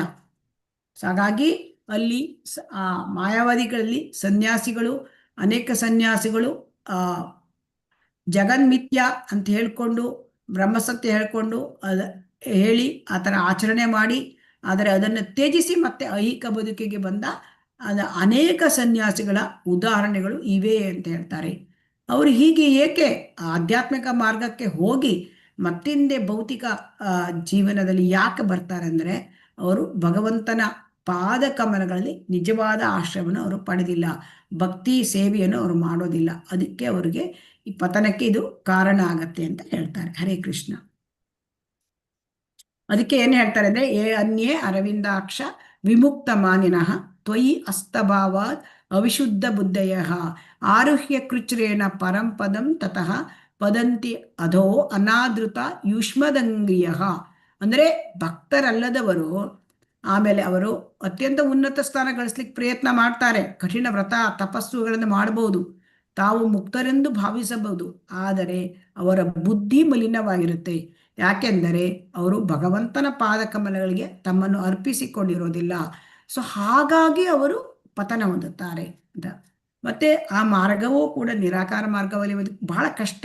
ಯಾಕೆ ಅಂತಂದ್ರೆ ಕ್ಲೇಶೋ ಅಧಿಕತರಸ್ತೇಷಾಂ ಅವ್ಯಕ್ತಾಸಕ್ತ ಚೇತಸಾಂ ಅವ್ಯಕ್ತ ಹಿ ಗತಿರ್ ದುಃಖಂ ದೇಹವದ್ಭಿರವಾಪ್ಯತಃ. ಅಂದರೆ ಯಾವ ದೇಹದಾರಿಗಳಾಗಿರ್ತಾರೆ ಅವರಿಗೆ ನಿರಾಕಾರವಾದದ್ದನ್ನು, ಆ ಒಂದು ನಿರಾಕಾರ ಮಾರ್ಗದಲ್ಲಿ ಅಧ್ಯಾತ್ಮವನ್ನು ಪಡ್ಕೊಳ್ಳೋದು, ಅದನ್ನು ಸಾಧಿಸುವುದು ಬಹಳ ಕಷ್ಟದ್ದು.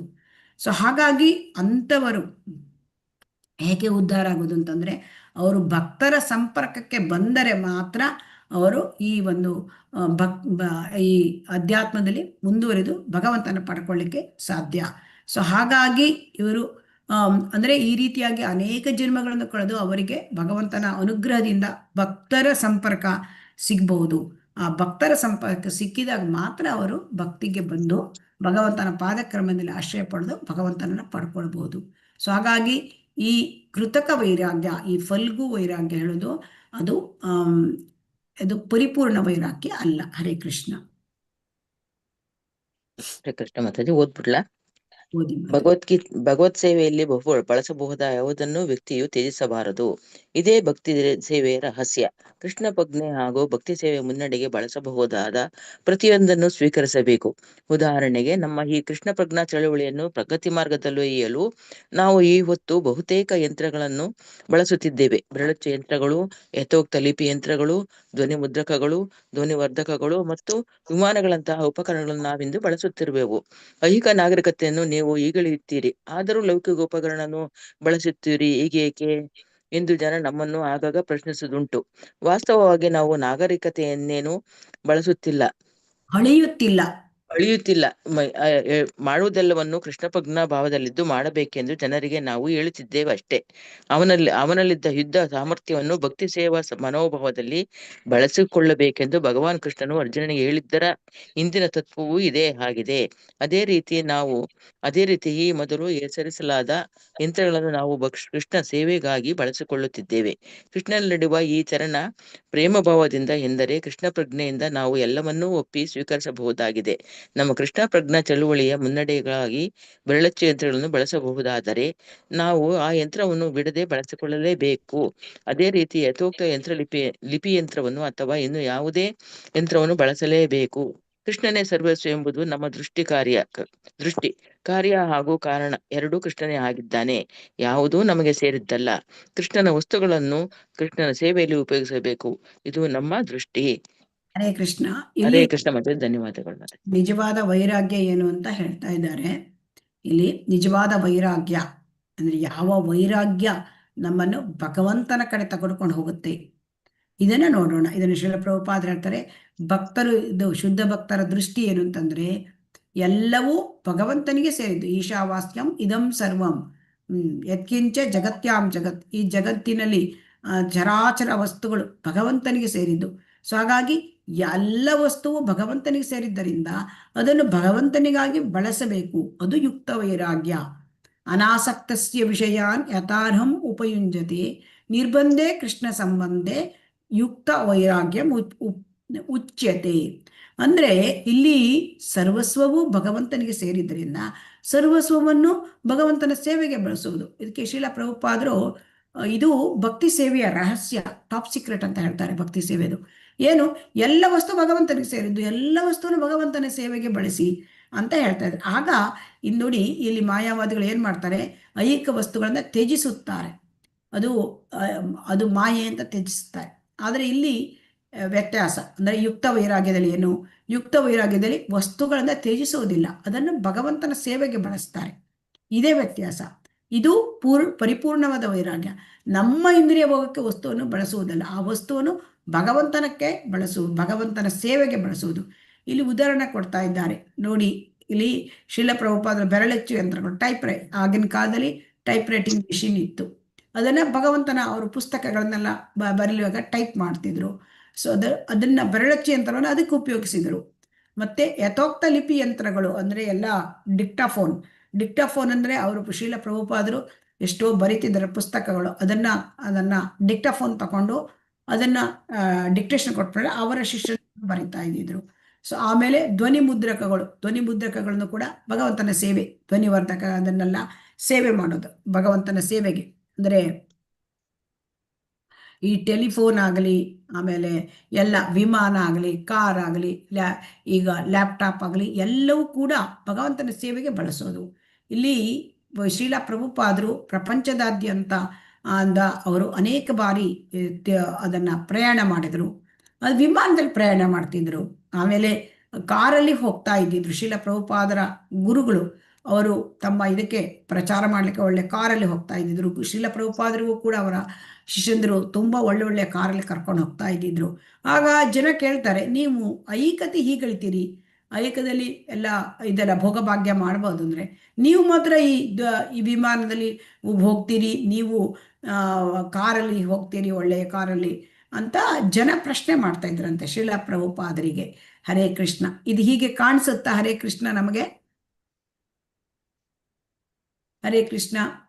ಶ್ರೀಲ ಮಾತಾಜಿ ಅವರು ಭಕ್ತಿ ಸೇವೆಗಾಗಿ ಹೋಗ್ತಾರಲ್ಲ ಪ್ರಚಾರಕ್ಕೆ.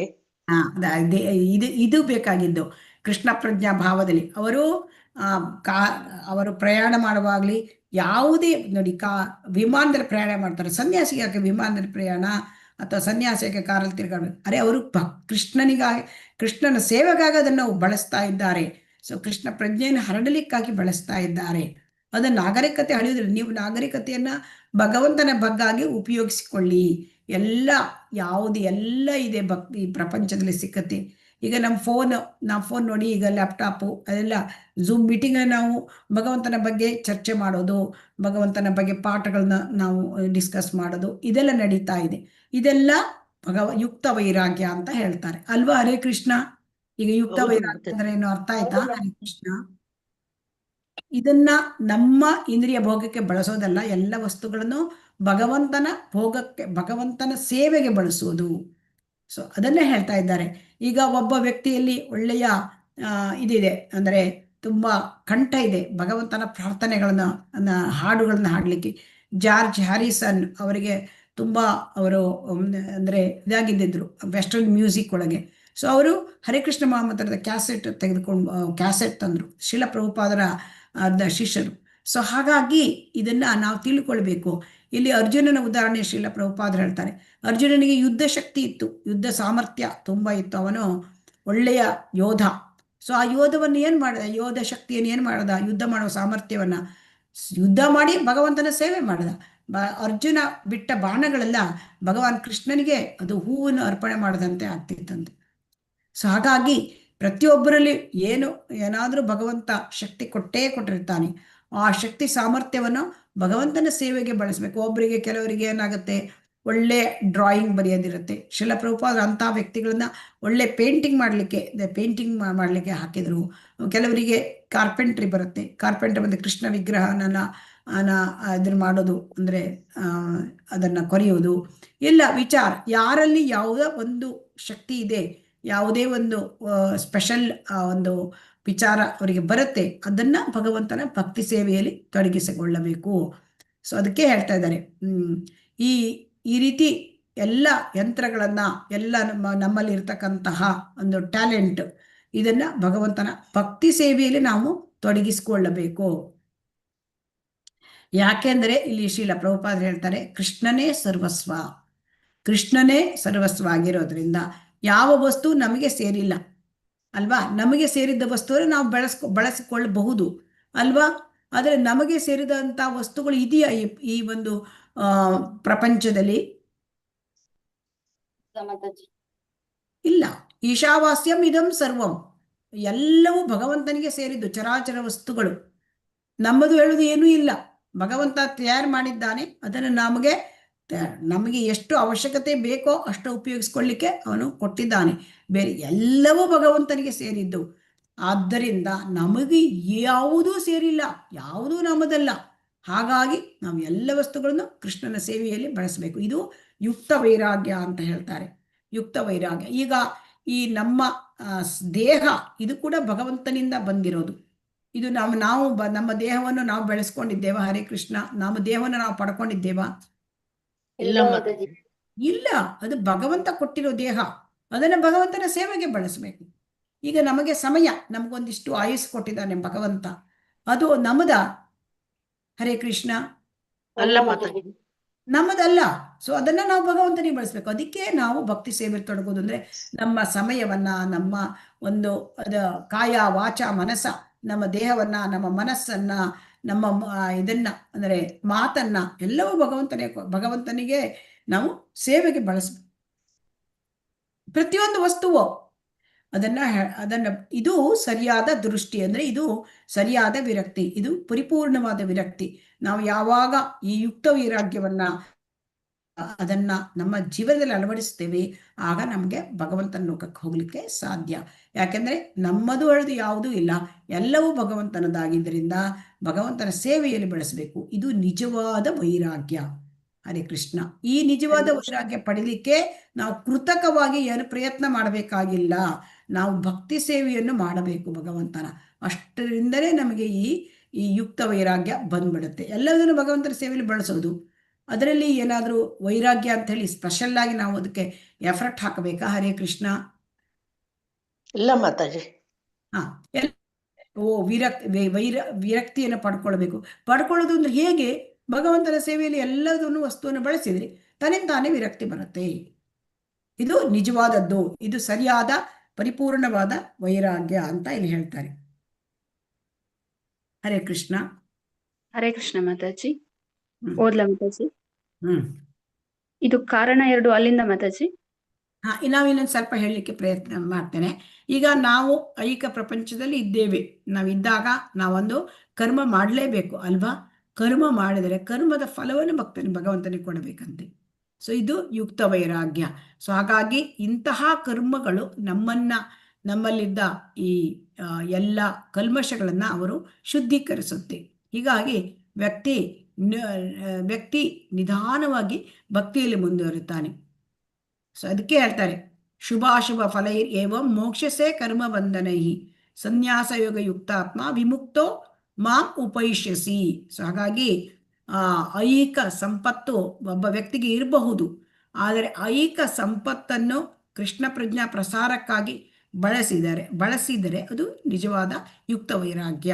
ಸೊ ಹಾಗಾಗಿ ಇಲ್ಲಿ ಏನು ಹೇಳ್ತಾರೆ ಅಂತಂದ್ರೆ, ಅರಮನೆ ಅಂತ ಮನೆ ಬೇಕಾಗತ್ತ ಎಲ್ಲರಿಗೂ? ಹರೇ ಕೃಷ್ಣ. ಇಲ್ಲ ಮಾತಾಜಿ. ಅಥವಾ ತುಂಬಾ ಸುಸಜ್ಜಿತವಾದ ಅಪಾರ್ಟ್ಮೆಂಟ್ ಬೇಕಾ? ಇಲ್ಲ. ಅದಕ್ಕಾಗಿ ನಿಜವಾದ ಅವಶ್ಯಕತೆ ಈಗಿನದು ಅಂತಂದ್ರೆ ಐಹಿಕ ಬಂಧನದಿಂದ ನಮಗೆ ಬಿಡುಗಡೆ ಸಿಗಬೇಕು. ಇದು ವೈಷ್ಣವ ಫಿಲಾಸಫಿ, ಯುಕ್ತ ವೈರಾಗ್ಯ. ಅದಕ್ಕೆ ಅಂಬರೀಷ ಮಹಾರಾಜರದ್ದೆಲ್ಲ ಉದಾಹರಣೆ ಕೊಡ್ತಾರೆ, ನಾವು ಮುಂದೆ ನೋಡಲಿದ್ದೇವೆ. ಸೊ ಹಾಗಾಗಿ ಯಾರು ಐಹಿಕ ವಸ್ತುಗಳನ್ನ ಭಗವಂತನ ಸೇವೆಯಲ್ಲಿ ಅವರು ಬಳಸ್ತಾರೆ, ಅವರು ಯುಕ್ತ ವೈರಾಗ್ಯದಲ್ಲಿದ್ದಾರೆ. ಸೊ ಹಾಗಾಗಿ ಇಲ್ಲಿ ತುಂಬಾ ಉದಾಹರಣೆಗಳಿದೆ ವೈಷ್ಣವರಲ್ಲಿ. ಕಟ್ವಾಂಗ ಮಹಾರಾಜ. ಸೊ ಆ ಕಟ್ವಾಂಗ ಮಹಾರಾಜನು ಕೂಡ ತಮ್ಮನ್ನ ಅಂದ್ರೆ ಭಗವಂತನ ಭಕ್ತಿ ಸೇವೆಯಲ್ಲಿ ತೊಡಗಿಸಿಕೊಂಡಿದ್ರು. ಅವರು ದೇವತೆಗಳಿಗೂ ಕೂಡ ಯುದ್ಧಕ್ಕೆ ಹೋಗಿ ಸಹಾಯ ಮಾಡ್ತಾ ಇದ್ದಿದ್ರು. ಒಮ್ಮೆ ಹೋದಾಗ ಅವರಿಗೆ ಏನಾಯ್ತು, ಕಟ್ವಾಂಗ ಮಹಾರಾಜರಿಗೆ ಆವಾಗ ದೇವತೆಗಳು ಹೇಳಿದ್ರು, ನಿಮ್ಗೆ ಏನಾದರೂ ಕೊಡ್ತೇನೆ ಅಂತ, ನೀವೇನಾದರೂ ಬೇಡಿ. ಯಾಕಂದ್ರೆ ದೇವತೆಗಳಿಗೆ ಅಸುರರನ್ನು ಸೋಲಿಸ್ಲಿಕ್ಕೆ ಸಹಾಯ ಮಾಡಿದ್ರು. ಆದರೆ ಅವರು ಹೇಳ್ತಾರೆ, ನಂಗೆ ಏನೂ ಬೇಡ, ನನಗೆ ಎಷ್ಟು ಸಮಯ ಉಂಟು ನನಗೆ ಅಂತ ಕೇಳ್ತಾರೆ. ಅಂದರೆ ಅವರು ಹೇಳ್ತಾರೆ, ಇನ್ನೂ ಸ್ವಲ್ಪವೇ, ಎಷ್ಟೋ ಒಂದು ಗಳಿಗೆ ಉಂಟು ಅಂತೇನೋ ಹೇಳ್ತಾರೆ ಅವರು. ಅಷ್ಟರಲ್ಲೇ ಆಗ ಕಟ್ವಾಂಗ ಮಹಾರಾಜರಿಗೆ ಗೊತ್ತಾಗುತ್ತೆ ತನಗೆ ಆಯುಸ್ಸು ತುಂಬ ಕಡಿಮೆ ಇದೆ ಅಂತ. ತಕ್ಷಣ ಸ್ವರ್ಗಲೋಕದಿಂದ ಕೆಳಗೆ ಭೂಲೋಕಕ್ಕೆ ಬಂದು ತನ್ನ ಒಂದು ರಾಜ್ಯಭಾರದ ವ್ಯವಸ್ಥೆಯನ್ನು ಮಗನಿಗೆ ಕೊಟ್ಟು ತಕ್ಷಣ ಕೃಷ್ಣ ಪ್ರಜ್ಞೆ ಮಾಡಿ ಇಮ್ಮಿಡಿಯೇಟ್ಲಿ ಅವರು ಮುಕ್ತಾತ್ಮರಾದರಂತೆ, ಭಗವಂತನ ಲೋಕಕ್ಕೆ ಹೋದರು. ಸೊ ಇದೆಲ್ಲ ತುಂಬ ಮುಖ್ಯವಾಗಿದ್ದು. ಸೊ ಆದ್ದರಿಂದ ಈ ಒಂದು ವೈರಾಗ್ಯ ಪಡ್ಕೊಳ್ಳೋದು ಅಂತಂದ್ರೆ ಇದು ವೈರಾಗ್ಯ ವಿದ್ಯಾ ಅಂತ ಶ್ರೀ ಚೈತನ್ಯ ಮಹಾಪ್ರಭುಗಳು ಒಂದು ಚಳುವಳಿ ಮಾಡಿದರು. ಇಲ್ಲಿ ಐಕ್ಯದಿಂದ ಬಿಡುಗಡೆ ಅಂತಂದ್ರೆ ಅರ್ಥ ಭಗವಂತನ ಭಕ್ತಿ ಸೇವೆಯಲ್ಲಿ ತೊಡಗೋದು. ಇದೇ ಭಗವಂತನ ಭಕ್ತಿ ಸೇವೆಯಲ್ಲಿ ತೊಡಗಿದ್ರೆ ಐಹಿಕ ಬಿಡುಗಡೆ ಆಗುತ್ತೆ. ಇದೇ ಇಸ್ಕಾನ್ ಮೂವ್ಮೆಂಟಿನ ಒಂದು ಇಂಪಾರ್ಟೆಂಟ್ ವಿಚಾರ. ಸೊ ಹಾಗಾಗಿ ಇಲ್ಲಿ ವೃಂದಾವನದ ಭಾವನೆ ಅಂದರೆ, ವೃಂದಾವನದಲ್ಲಿ ಗೋಪ ಬಾಲಕರಿದ್ದರು, ವ್ರಜವಾಸಿಗಳಿದ್ದರು, ಅವರೆಲ್ಲರೂ ಕೂಡ ಗೋಪಿಕಾ ಸ್ತ್ರೀಯರಿದ್ದರು, ಮತ್ತು ಎಲ್ಲ ತುಂಬ ಯುವತಿಯರಾದ ಗೋಪಿಯರಿದ್ದರು. ಅವರೆಲ್ಲರೂ ಏನು ಮಾಡ್ತಾ ಇದ್ರು, ಕೃಷ್ಣನಲ್ಲಿ ಮನಸ್ಸನ್ನು ಕೇಂದ್ರೀಕರಿಸಿದರು. ಹಾಗಾಗಿ ಅವರ ಐಹಿಕ ಚಟುವಟಿಕೆಗಳಿಂದ ತಾನಾಗೇ ಅವರು ಬಿಡುಗಡೆ ಹೊಂದಿದರು. ಈ ಸ್ಥಿತಿಯನ್ನು ಯುಕ್ತ ವೈರಾಗ್ಯ ಅಂತ ಕರೀತಾರೆ. ಅಂದರೆ ಈ ಯುಕ್ತ ವೈರಾಗ್ಯ ಹೇಳ್ತಕ್ಕಂಥದ್ದು ವೈಷ್ಣವ ಫಿಲಾಸಫಿಯಲ್ಲಿ ಬಹಳ ಮುಖ್ಯವಾದದ್ದು. ಸೊ ಹಾಗಾಗಿ ಇಲ್ಲಿ ಏನು ಹೇಳ್ತದೆ ಅಂದರೆ, ಜೀವನದಲ್ಲಿ ನಾವು ಅತಿ ಅವಶ್ಯ ವಸ್ತುವನ್ನು ಮಾತ್ರ ಬೆಳೆಸಬೇಕು.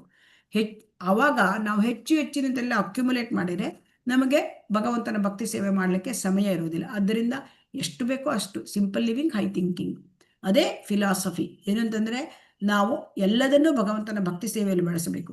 ನಮಗೆ ಅತಿ ಅವಶ್ಯಕವಾದ ವಸ್ತುವನ್ನು ಮಾತ್ರ ನಮ್ಮ ಜೀವನದಲ್ಲಿ ನಾವು ಇಟ್ಕೋಬೇಕು ಅಷ್ಟೇ. ಇದನ್ನೇ ಹೇಳ್ತಾರೆ. ಇದನ್ನ ಕೃಷ್ಣನ ವಸ್ತುಗಳನ್ನು ಕೃಷ್ಣನ ಸೇವೆಯಲ್ಲಿ ಉಪಯೋಗಿಸುವುದು, ಇದು ನಮ್ಮ ದೃಷ್ಟಿಯಿಂದ ಶ್ರೀಲ ಪ್ರಭುಪಾದರು ಹೇಳ್ತಾರೆ. ಇದು ವೈಷ್ಣವ ಫಿಲಾಸಫಿ. ಹರೇ ಕೃಷ್ಣ. ಓದಿ ಮಾತಾಜಿ. ಹರೇ ಕೃಷ್ಣ. ಹರೇ ಕೃಷ್ಣ. ಮತ್ತೆ ಓದ್ಲ ಮಾತಾಜಿ? ಓದಿ. ಹೀಗೆಂದ ಮಾತ್ರಕ್ಕೆ ಭಕ್ತಿ ಸೇವೆಯ ತತ್ವಗಳನ್ನು ನಾವು ಬಿಟ್ಟುಕೊಡಬಹುದೆಂದಾಗಲಿ ಅಥವಾ ಭಕ್ತಿ ಸೇವಾ ಕಾರ್ಯಕ್ಕೆ ವಿಧಿಸಲಾದ ನಿಯಮ ನಿಷೇಧಗಳನ್ನು ಅಲಕ್ಷಿಸಬೇಕೆಂದಾಗಲಿ ಅರ್ಥವಲ್ಲ. ಸದ್ಗುರುಗಳು ಪ್ರಮಾಣಭೂತರಾಗಿ ನಿಂತು ನಿಯಂತ್ರಿಸುವ ಎಲ್ಲಾ ತತ್ವಗಳನ್ನು ಭಕ್ತಿಯ ಆರಂಭಿಕ ಘಟ್ಟದಲ್ಲಿ ವ್ಯಕ್ತಿಯು ಅನುಷ್ಠಾನ ಮಾಡಬೇಕು. ವಸ್ತುಗಳನ್ನು ಸ್ವೀಕರಿಸುವುದು ಅಥವಾ ತಿರಸ್ಕರಿಸುವುದು ಸದಾ ಭಕ್ತಿಯನ್ನು ಕುರಿತಾದ ತತ್ವಗಳನುಸಾರವೇ ಇರಬೇಕು. ಯಾವುದನ್ನು ಸ್ವೀಕರಿಸಬೇಕು ಅಥವಾ ತಿರಸ್ಕರಿಸಬೇಕು ಎಂಬುದರ ಬಗ್ಗೆ ಸ್ವತಂತ್ರವಾಗಿ ಏನನ್ನೋ ಕಲ್ಪಿಸಬೇಕೆಂದಲ್ಲ. ಆದ್ದರಿಂದ ಕೃಷ್ಣನ ಪ್ರತ್ಯಕ್ಷ ಅಭಿವ್ಯಕ್ತಿಯಾಗಿ ದೇವೋತ್ತಮ ಪರಮಪುರುಷನ ಪರವಾಗಿ ನಿರ್ದೇಶನ ನೀಡಲು ಗುರುವು ತುಂಬಾ ಅಗತ್ಯ. ಹರೇ ಕೃಷ್ಣ. ಹಾಗಾಗಿ ಇಲ್ಲಿ ಏನ್ ಹೇಳ್ತಾ ಇದೆ ಅಂದ್ರೆ,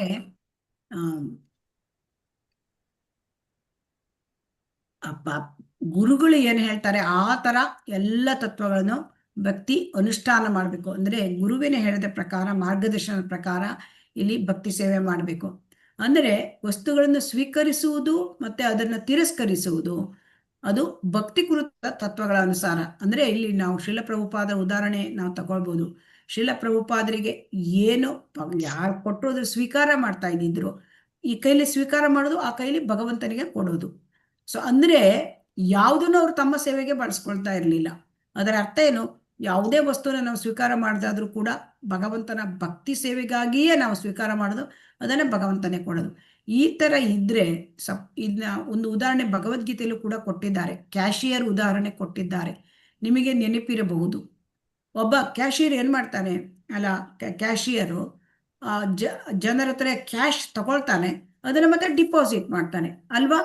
ಅವನು ತನ್ನ ಹರೇ ಕೃಷ್ಣ. ಹೌದು ಮಾತಾಜಿ. ಹಾಗೆ ನಾವು ಯಾವುದೇ ವಸ್ತು ಯಾರಾದರೂ ತಂದಿಟ್ಟರು ಅದನ್ನ ಭಗವಂತನ ಸೇವೆಯಲ್ಲಿ ಬಳಸಬೇಕು. ಸೊ ಅದು ಭಕ್ತಿ ಕುರಿತಾದ ತತ್ವಗಳ ಅನುಸಾರವೇ ಇರಬೇಕು. ಸೊ ಇದನ್ನ ಹೇಳ್ತಾ ಇದ್ದಾರೆ. ಕೃಷ್ಣನ ಪ್ರತ್ಯಕ್ಷ ಅಭಿವ್ಯಕ್ತಿಯಾಗಿ ದೇವೋತ್ತಮ ಪರಮಪುರುಷನ ಪರವಾಗಿ ನಿರ್ದೇಶನ ನೀಡಲು ಗುರುವು ತುಂಬಾ ಅಗತ್ಯ. ಸೊ ಇಲ್ಲಿ ಗುರುವಿನ ಅಗತ್ಯ ಹೇಳ್ತಾ ಇದ್ದಾರೆ. ಗುರು ಅಂದ್ರೆ ಯಾರು? ಗುರು ಅಂದ್ರೆ ಭಗವಂತನ ಪ್ರತಿನಿಧಿ.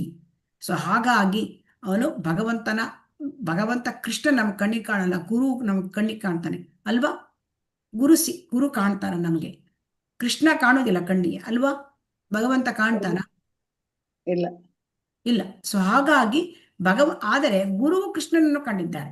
ಹಾಗಾಗಿ ಅವರು ಕೃಷ್ಣನ, ಆ ಭಗವಂತನ ದೇವೋತ್ತಮ ಪರಮಪುರುಷನ ಪರವಾಗಿ ನಮಗೆ ನಿರ್ದೇಶನ ಕೊಡ್ತಾರೆ, ನಾವು ಹೇಗೆ ಮಾಡಬೇಕು ಅಂತ. ಹರೇ ಕೃಷ್ಣ. ಇಲ್ಲಿ ಹರೇ ಕೃಷ್ಣ ಮಾತಾಡಿ. ಗುರುವಾದವನು ಹೇರಳವಾದ ಐಶ್ವರ್ಯ ಸಂಪಾದನೆಯಿಂದಾಗಲಿ ಅಥವಾ ಬಹುಸಂಖ್ಯೆ ಅನುಯಾಯಿಗಳಿಂದಾಗಲಿ ಉಬ್ಬಿ ಹೋಗಬಾರದು. ಸದ್ಗುರು ಹಾಗೆಂದಿಗೂ ಮಾಡನು.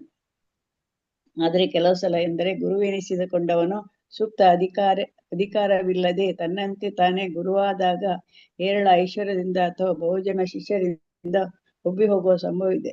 ಇಂಥ ಗುರುವಿನದು ಅಷ್ಟು ಉತ್ತಮ ದರ್ಜೆಯ ಭಕ್ತಿ ಸೇವೆ ಅಲ್ಲ. ಇಂಥ ಸಾಧನೆಗಳಿಂದ ಉಬ್ಬಿ ಬೀಗಿದರೆ ಆ ಗುರುವಿನ ಭಕ್ತಿ ಸೇವೆ ಹಿತವಾಗುತ್ತದೆ. ಆದ್ದರಿಂದ ಗುರುವಾದನು ಗುರು ಶಿಷ್ಯ ಪರಂಪರೆಗೆ ತತ್ವಕ್ಕೆ ಭದ್ರವಾಗಿ ಅಂಟಿಕೊಂಡಿರಬೇಕು. ಹರೇ ಕೃಷ್ಣ. ಇಲ್ಲಿ ಹರೇ ಕೃಷ್ಣ. ಸದ್ಗುರುವು ಸದ್ಗುರುವಿನ ಲಕ್ಷಣಗಳು, ಅವನ ಒಂದು ಬಿಹೇವಿಯರ್ ಯಾವ ಥರ ಇರ್ತಾನೆ, ಇದನ್ನ ಇಲ್ಲಿ ಹೇಳ್ತಾ ಇದ್ದಾರೆ. ಅಂದರೆ ಗುರು ಅಂದರೆ ಭಗವಂತನ ಪ್ರತಿನಿಧಿ. ಸೊ ಆದ್ದರಿಂದ ಗುರುವಾದವನು ಸಂಪಾದನೆ ಹೇರಳವಾಗಿ ಮಾಡೋದಿಲ್ಲ.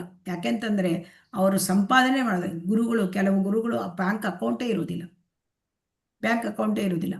ಮತ್ತೆ ಯಾಕೆ ಅವ್ರು ಬಂದಿದ್ದು ಎಲ್ಲವುದನ್ನು ಕೂಡ ಅವರು ಭಗವಂತನ ಸೇವೆಯಲ್ಲಿ ಬಳಸ್ತಾರೆ. ಸೊ ಹಾಗಾಗಿ ಆ ರೀತಿಯಲ್ಲಿ ಇರೋದರಿಂದ ಅವರು ಆ ಐಶ್ವರ್ಯದ ಸಂಪಾದನೆ ಅವರು ಅದರ ಬಗ್ಗೆ ಆಸೆಯೇ ಇರೋದಿಲ್ಲ.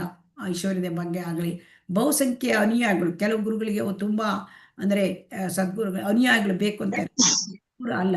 ಯಾಕೆಂದ್ರೆ ಸದ್ಗುರುವಾದವನು ಬಹುಸಂಖ್ಯೆಯ ಅನುಯಾಯಿಗಳಿದ್ದಾರೆ ಅಂತ ಉಬ್ಬಿ ಹೋಗೋದಿಲ್ಲ. ಆ ಥರ ಸದ್ಗುರುವಾದವನು ಐಶ್ವರ್ಯ ಸಂಪಾದನೆಯಾಗಲಿ ಅಥವಾ ಅನುಯಾಯಿಗಳಾಗಲಿ ಬೇಕು ಅಂತ ಉಬ್ಬಿ ಹೋಗೋದಿಲ್ಲ. ಅದಕ್ಕೆ ಶ್ರೀ ಚೈತನ್ಯ ಮಹಾಪ್ರಭುಗಳು ಹೇಳ್ತಾರೆ, ನಗನಂ ನ ಜನಂ ನ ಸುಂದರೀಂ ಕವಿತಾಂ ಜಗದೀಶ ಕಾಮಯೇ ಮಮ ಜನ್ಮನಿ ಜನ್ಮನಿ ಈಶ್ವರೇ ಭವತಾದ್ ಭಕ್ತಿ ಅಹೈತುಕೀ ಅಂದರೆ ಅವರು ಹೇಳ್ತಾರೆ, ನನಗೆ ಸಂಪತ್ತನ್ನು ಸಂಗ್ರಹಿಸುವ ಆಲಸ್ಯ ಇಲ್ಲ, ನನಗೆ ಅನೇಕ ಮಂದಿ ಶಿಷ್ಯರು ಬೇಕಾಗಿಲ್ಲ, ನನಗೆ ಬೇಕಾಗಿದ್ದು ಜನ್ಮ ಜನ್ಮಗಳಲ್ಲಿ ನಿನ್ನ ನಿಷ್ಕಾರಣ ಭಕ್ತಿ ಸೇವೆ. ಹಾಗಾಗಿ ಗುರುವಾದವನಿಗೆ ಆ ಸಂಪತ್ತಾಗಲಿ ಅಥವಾ ಶಿಷ್ಯ ಸಂಪತ್ತಾಗಲಿ ಅಥವಾ ಧನ ಸಂಪತ್ತಾಗಲಿ ಅವನಿಗೆ ಬೇಕಾಗಿಲ್ಲ. ಸದ್ಗುರು ಆ ಥರ ಯಾವಾಗಲೂ ಮಾಡೋದಿಲ್ಲ. ಗುರುವು ಆ ರೀತಿಯಾಗಿ ಏನಾದರೂ ಮಾಡಿದರೆ ಅವನು ಉತ್ತಮ ಭಕ್ತಿ ಸೇವೆ ಮಾಡಲಿಕ್ಕೆ ಸಾಧ್ಯವಾಗುವುದಿಲ್ಲ. ಸೊ ಹಾಗಾಗಿ ಗುರು ಶಿಷ್ಯ ಪರಂಪರೆಯ ತತ್ವಕ್ಕೆ ಭದ್ರವಾಗಿ ಅಂಟಿರಬೇಕು. ಗುರು ಶಿಷ್ಯ ಪರಂಪರೆ ತತ್ವ ಅಂತಂದ್ರೆ ಇದೆಲ್ಲ ಇಲ್ಲ. ಅಂದ್ರೆ ಸಂಪಾದನೆಯಾಗಲಿ ಅಥವಾ ಅನುಯಾಯಿಗಳಿಂದ ಉಬ್ಬುವುದು ಆಗಲಿ ಅದಿಲ್ಲ. ಭಕ್ತಿ ಸೇವೆ ಮಾಡೋದೊಂದೇ ಅವರ ಗುರಿ. ಸೊ ಅಂಥವನು ಸದ್ಗುರು. ಅಂತಹ ಸದ್ಗುರುವನ್ನು ನಾವು ಅವರ ಮಾರ್ಗದರ್ಶನದಲ್ಲಿ ನಾವು ಭಕ್ತಿ ಸೇವೆಯನ್ನು ಮಾಡಿದಾಗ ನಮಗೆ ಕೂಡ ಆ ರೀತಿಯಾದ ವಿಚಾರಗಳು, ಗುಣಗಳು ನಮಗೂ ಕೂಡ ಬರಲಿಕ್ಕೆ ಸಾಧ್ಯ. ಹರೇ ಕೃಷ್ಣ.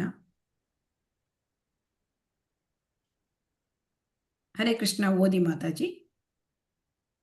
ಓದ್ದವ್ರೆ ಓದ್ಬೋದ ಮಾತಾಜಿ? ಯಾರು ಬೇರೆಯವರ ಅವಕಾಶ ಇದೆ? ಹರೇ ಕೃಷ್ಣ. ಹರೇ ಕೃಷ್ಣ. ಓದಿ ಮಾತಾಜಿ. ಸ್ವಾಭಾವಿಕವಾಗಿಯೇ ಪರಿಶುದ್ಧನಾದ ಕೃಷ್ಣ ಪ್ರಜ್ಞಾವಂತನು ಆಲೋಚನೆ ಅಥವಾ ಕಾರ್ಯದ ಬೇರಾವ ವಿಧಾನವನ್ನು ರೂಪಿಸಿಕೊಳ್ಳಬೇಕಾಗಿಲ್ಲ. ಅವನು ಕೃಷ್ಣ ಪ್ರಜ್ಞೆಯ ಬಹು ಎತ್ತರಕ್ಕೆ ಏರಿದವನಾದ್ದರಿಂದ ಎಲ್ಲ ಸದ್ಗುಣಗಳನ್ನು ರೂಢಿಸಿಕೊಂಡಿದ್ದಾನೆ. ಹಾಗೂ ಯೋಗಶಾಸ್ತ್ರವು ವಿಧಿಸುವ ಎಲ್ಲ ನಿಯಮ ನಿಷೇಧಗಳನ್ನು ಪರಿಪಾಲಿಸುತ್ತಿದ್ದಾನೆ. ನಿಯಮ ನಿಷೇಧಗಳನ್ನು ಭಕ್ತರು ಸ್ವತೇವ ಪಾಲಿಸುತ್ತಾರೆ. ಅಹಿಂಸಾ ಪಾಲನೆ ಇದಕ್ಕೊಂದು ಪ್ರತ್ಯಕ್ಷ ಉದಾಹರಣೆ. ಅಹಿಂಸಾ ವ್ರತವನ್ನು ಬಹು ತ್ಯಾಗವಾದ ಗುಣವೆಂದು ಪರಿಗಣಿಸಲಾಗಿದೆ. ಭಕ್ತನು ಸ್ವಾಭಾವಿಕವಾಗಿ ಅಹಿಂಸಾವ್ರತಿ. ಆದ್ದರಿಂದ ಅವನು ಅಹಿಂಸೆಯನ್ನು ಪ್ರತ್ಯೇಕವಾಗಿ ರೂಢಿಸಿಕೊಳ್ಳಬೇಕಾದ್ದಿಲ್ಲ. ಕೆಲವರು ಸತ್ಯಾಹಾರ ಚಳುವಳಿಯ ಸದಸ್ಯರಾಗಿ ಪರಿಶುದ್ಧರಾಗಲು ಯತ್ನಿಸುತ್ತಾರೆ. ಭಕ್ತನು ಸ್ವತೇವ ಸಸ್ಯಾಹಾರಿ. ಆದ್ದರಿಂದ ಸಸ್ಯಾಹಾರಿಯಾಗಿರುವುದನ್ನು ಅವನು ಪ್ರತ್ಯೇಕವಾಗಿ ಅಭ್ಯಾಸ ಮಾಡಿಕೊಳ್ಳಬೇಕಾಗಿಲ್ಲ. ಸಸ್ಯಾಹಾರಿಗಳಾಗಿ ಎಂದು ಚಳುವಳಿ ನಡೆಸುವ ಸಂಘವನ್ನು ಸೇರಬೇಕಾದ್ದೂ ಇಲ್ಲ. ಭಕ್ತನು ಸ್ವತೇವ ಸಸ್ಯಾಹಾರಿ. ಧನ್ಯವಾದಗಳು ಮಾತಾಜಿ. ಹರೇ ಕೃಷ್ಣ. ಭಕ್ತರು ಹಾಗಾಗಿ ಸದ್ಗುಣಗಳನ್ನು ಪಡಲಿಕ್ಕೆ ಕಷ್ಟಪಡಬೇಕಾಗಿಲ್ಲ. ಅಂದ್ರೆ ಈ ಸದ್ಗುಣಗಳು ತನ್ನಿಂತಾನೆ ಭಕ್ತರಲ್ಲಿ ಮೂಡಿ ಬರುತ್ತವೆ. ಹೇಗೆ ಕೇಳಿದರೆ, ಯಸ್ಯಾಸ್ತಿ ಭಕ್ತಿರ್ ಭಗವತಿ ಅಕಿಂಚನ ಸರ್ವೈರ್ ಗುಣೈ ತತ್ರ ಸಮಾಸತೆ ಸುರಾಹ. ಅಂದ್ರೆ ಯಾರು ಭಕ್ತಿಯಲ್ಲಿ ಮುಂದುವರಿತಾರೆ ಅವರಿಗೆ ಕೃಷ್ಣನ ಆ ದೇವತಾ ಗುಣಗಳು ಬರ್ತದೆಯಂತೆ. ಹೇಗೆ ಕೇಳಿದ್ರೆ, ನಾವು ಕಬ್ಬಿಣದ ತುಂಡನ್ನು ಬೆಂಕಿಯಲ್ಲಿ ಇಟ್ಟಾಗ ಕಬ್ಬಿಣದ ತುಂಡು ಕಬ್ಬಿಣವಾಗಿಯೇ ಉಳಿಯುವುದಿಲ್ಲ, ಅದು ಬೆಂಕಿಯಂತೆ ಪ್ರಜ್ವಲಿಸುತ್ತದೆ ಅಲ್ವಾ? ಹರೇ ಕೃಷ್ಣ. ಹೌದು ಮಾತಾಜಿ. ಅದೇ ತರಹ ಯಾವಾಗ ಆ ಭಕ್ತಿ ಸೇವೆಯನ್ನ ಭಕ್ತ ಮಾಡ್ತಾ ಮುಂದುವರಿತಾನೆ ಮತ್ತು ಗುರುವಿನ ಆ ಮಾರ್ಗದರ್ಶನದಲ್ಲಿ ಮಾಡ್ತಾನೆ, ಅವನು ಎಲ್ಲ ಸದ್ಗುಣಗಳನ್ನು ಕೂಡ ಬೆಳೆಸ್ಕೊಂಡ್ಬಿಡ್ತಾನೆ. ಹೇಗೆ ಅಂದ್ರೆ ತನ್ನಿಂತಾನೆ. ಅದಕ್ಕೆ ಅವನು ಸ್ವತಃ ಪ್ರಯತ್ನ ಮಾಡಬೇಕಾಗಿಲ್ಲ. ಅಂದ್ರೆ ಅವನು ಎಲ್ಲ ನಿಯಮ ನಿಷೇಧಗಳನ್ನು ಪಾಲಿಸ್ತಾನೆ. ಅಂದ್ರೆ ನಿಯಮಗಳು ಅಂತಂದ್ರೆ ಇಲ್ಲಿ 16 ಸೊತ್ತು ಜಪ ಮಾಡೋದು, ಭಗವಂತನ ಆ ಮಂಗಳಾರತಿಯಲ್ಲಿ ಭಾಗವಹಿಸುವುದು, ಭಕ್ತಿ ಸೇವೆಯನ್ನು ಮಾಡೋದು, ಇದೆಲ್ಲ ನಿಯಮಗಳು. ಇದನ್ನು ಪಾಲಿಸ್ತಾನೆ. ನಿಷೇಧಗಳು 4 ನಿಯಂತ್ರಕ ತತ್ವಗಳು, ಅದನ್ನು ಪಾಲನೆ ಮಾಡೋದು. ಅಂದರೆ ಒಂದು 4 ತತ್ವಗಳಲ್ಲಿ ಅಲ್ಲಿ ಪರಸ್ತ್ರೀ ಸಂಘ ಇಲ್ಲ, ಮಾಂಸ ಸೇವನೆ ಇಲ್ಲ, ಮತ್ತು ಮದ್ಯ ಸೇವನೆ ಇಲ್ಲ, ಜೂಜಾಟ ಇಲ್ಲ, ಇದನ್ನೆಲ್ಲ ಭಕ್ತ ಮಾಡೋದಿಲ್ಲ. ಸೊ ಹಾಗಾಗಿ ಅವನು ಅಹಿಂಸಾ ವ್ರತ ಅಂತ ಹೇಳ್ತಾರೆ. ಅಂದರೆ ಆ ಅಹಿಂಸಾ ವ್ರತ ಬಹುಶ್ಲಾಘನೀಯ ಗುಣ. ಯಾರು ಅಹಿಂಸೆಯನ್ನು ಮಾಡೋದಿಲ್ಲ. ಹಿಂಸೆ ಅಂತಂದರೆ ಅಂದರೆ ಕಾಯ ವಾಚ ಮನಸ್ಸ ಅಹಿಂಸೆ. ಅಂದರೆ ಅಹಿಂಸೆಯನ್ನು ಪಾಲನೆ ಮಾಡಬೇಕು. ಯಾರಿಗೂ ಇನ್ನೊಬ್ಬರಿಗೆ ತರುವಂಥ ಮಾತನ್ನಾಗಲಿ ಅಥವಾ ನಮ್ಮ ಒಂದು ನಡತೆಯಲ್ಲಾಗಲಿ ಇನ್ನೊಬ್ಬರಿಗೆ ನಾವು ದುಃಖ ಕೊಡಬಾರ್ದು. ನಾವು ಅಹಿಂಸೆ ಅಂತಂದರೆ ನಾವು ಪ್ರಾಣಿ ಕೊಲ್ಲೋದಿಲ್ಲ, ಅದು ಅಹಿಂಸೆ. ಅದು ತೀವ್ರವಾದ ಒಂದು ಹಿಂಸೆಯಿಂದ ನಾವಿರೋದು. ಬೇರೆ ರೀತಿಯ ಹಿಂಸೆಗಳನ್ನು ಕೂಡ ನಾವು ಮಾಡಿಬಿಡ್ತೇವೆ. ಆದರೆ ಭಕ್ತ ಈ ಥರ ಮಾಡೋದಿಲ್ಲ. ಸೊ ಹಾಗಾಗಿ ಭಕ್ತನಿಗೆ ಅಹಿಂಸೆ ಹೇಳೋದು ತನ್ನಿಂತಾನೇ ಬಂದ್ಬಿಡುತ್ತೆ. ಅವನು ಹೊಸದಾಗಿ ಅದನ್ನು ರೂಢಿಸ್ಕೊಳ್ಬೇಕಾಗಲಿಲ್ಲ ಅಂತ ಹೇಳ್ತಾ ಇದ್ದಾರೆ. ಯಾಕೆಂದರೆ ಈಗ ಪ್ರಾಣಿ ಹಿಂಸೆ ಮಾಡೋದಿಲ್ಲ ಭಕ್ತ. ಯಾಕೆ? ಅವನು ಸಸ್ಯಾಹಾರಿ. ಹಾಗಾಗಿ ಸಸ್ಯಾಹಾರಿಗಳಾಗಿ ಅವನು ಪ್ರಯತ್ನ ಮಾಡಬೇಕಾಗಿಲ್ಲ. ತನ್ನಿಂತಾನೇ ಅವನು ಅಹಿಂಸಾ ವ್ರತವನ್ನು ಪಾಲಿಸ್ತಾನೆ. ಮತ್ತು ಬೇರೆಯವರಿಗೆ ನೋವಾಗುವ ರೀತಿಯಲ್ಲಿ ವರ್ತನೆಯಾಗಲಿ ಅಥವಾ ನೋವಾಗುವ ರೀತಿಯಲ್ಲಿ ಮಾತಾಗಲಿ ಇರೋದಿಲ್ಲ. ಯಾಕೆಂದರೆ ನಾನು ಮಾತನಾಡಿದರೆ ಶುದ್ಧ ಭಕ್ತನಾದವನು ಅವನು ಕೃಷ್ಣನ ಬಗ್ಗೆನೇ ಮಾತಾಡ್ತಾನೆ. ಸೊ ಹಾಗಾಗಿ ಈ ರೀತಿಯಾಗಿ ಭಕ್ತರಲ್ಲಿ ಒಳ್ಳೆಯ ಗುಣಗಳು ತಾನಾಗೇ ಬಂದ್ಬಿಡ್ತವೆ. ಹರೇ ಕೃಷ್ಣ.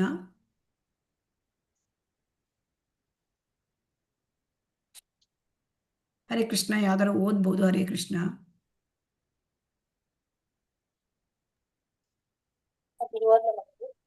ಓದಿ ಮಾತಾಜಿ, ದಯವಿಟ್ಟು. ಸಮಯ ತುಂಬಾ ಹೊರತಾಗಿ ಬೇರೆನನ್ನು ಭಕ್ತನು ಅಭ್ಯಾಸ ಮಾಡಿಕೊಳ್ಳಬೇಕಾಗಿಲ್ಲ ಎಂಬುದಕ್ಕೆ ಇನ್ನೂ ಎಷ್ಟೋ ನಿದರ್ಶನಗಳಿವೆ.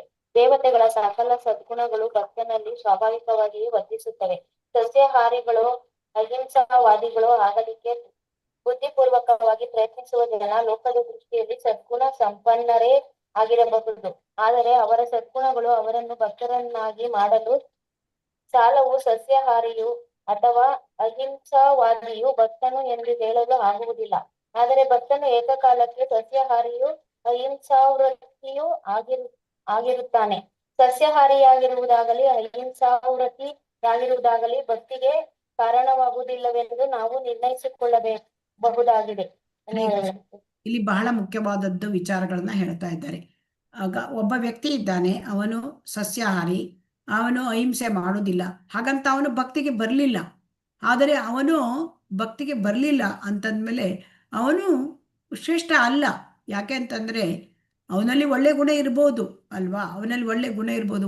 ಕೆಲವರು ಹೇಳ್ತಾರೆ, ನನ್ನ ಮಕ್ಕಳು ಇಷ್ಟು ಒಳ್ಳೆಯವರು, ಅವರು ಸದ್ಗುಣಿಗಳು, ಅವ್ರು ಯಾರಿಗೂ ಹಿಂಸೆ ಮಾಡೋದಿಲ್ಲ, ಅವರು ಸಸ್ಯಾಹಾರಿ, ಹೀಗೆಲ್ಲ ಹೇಳ್ಬೋದು.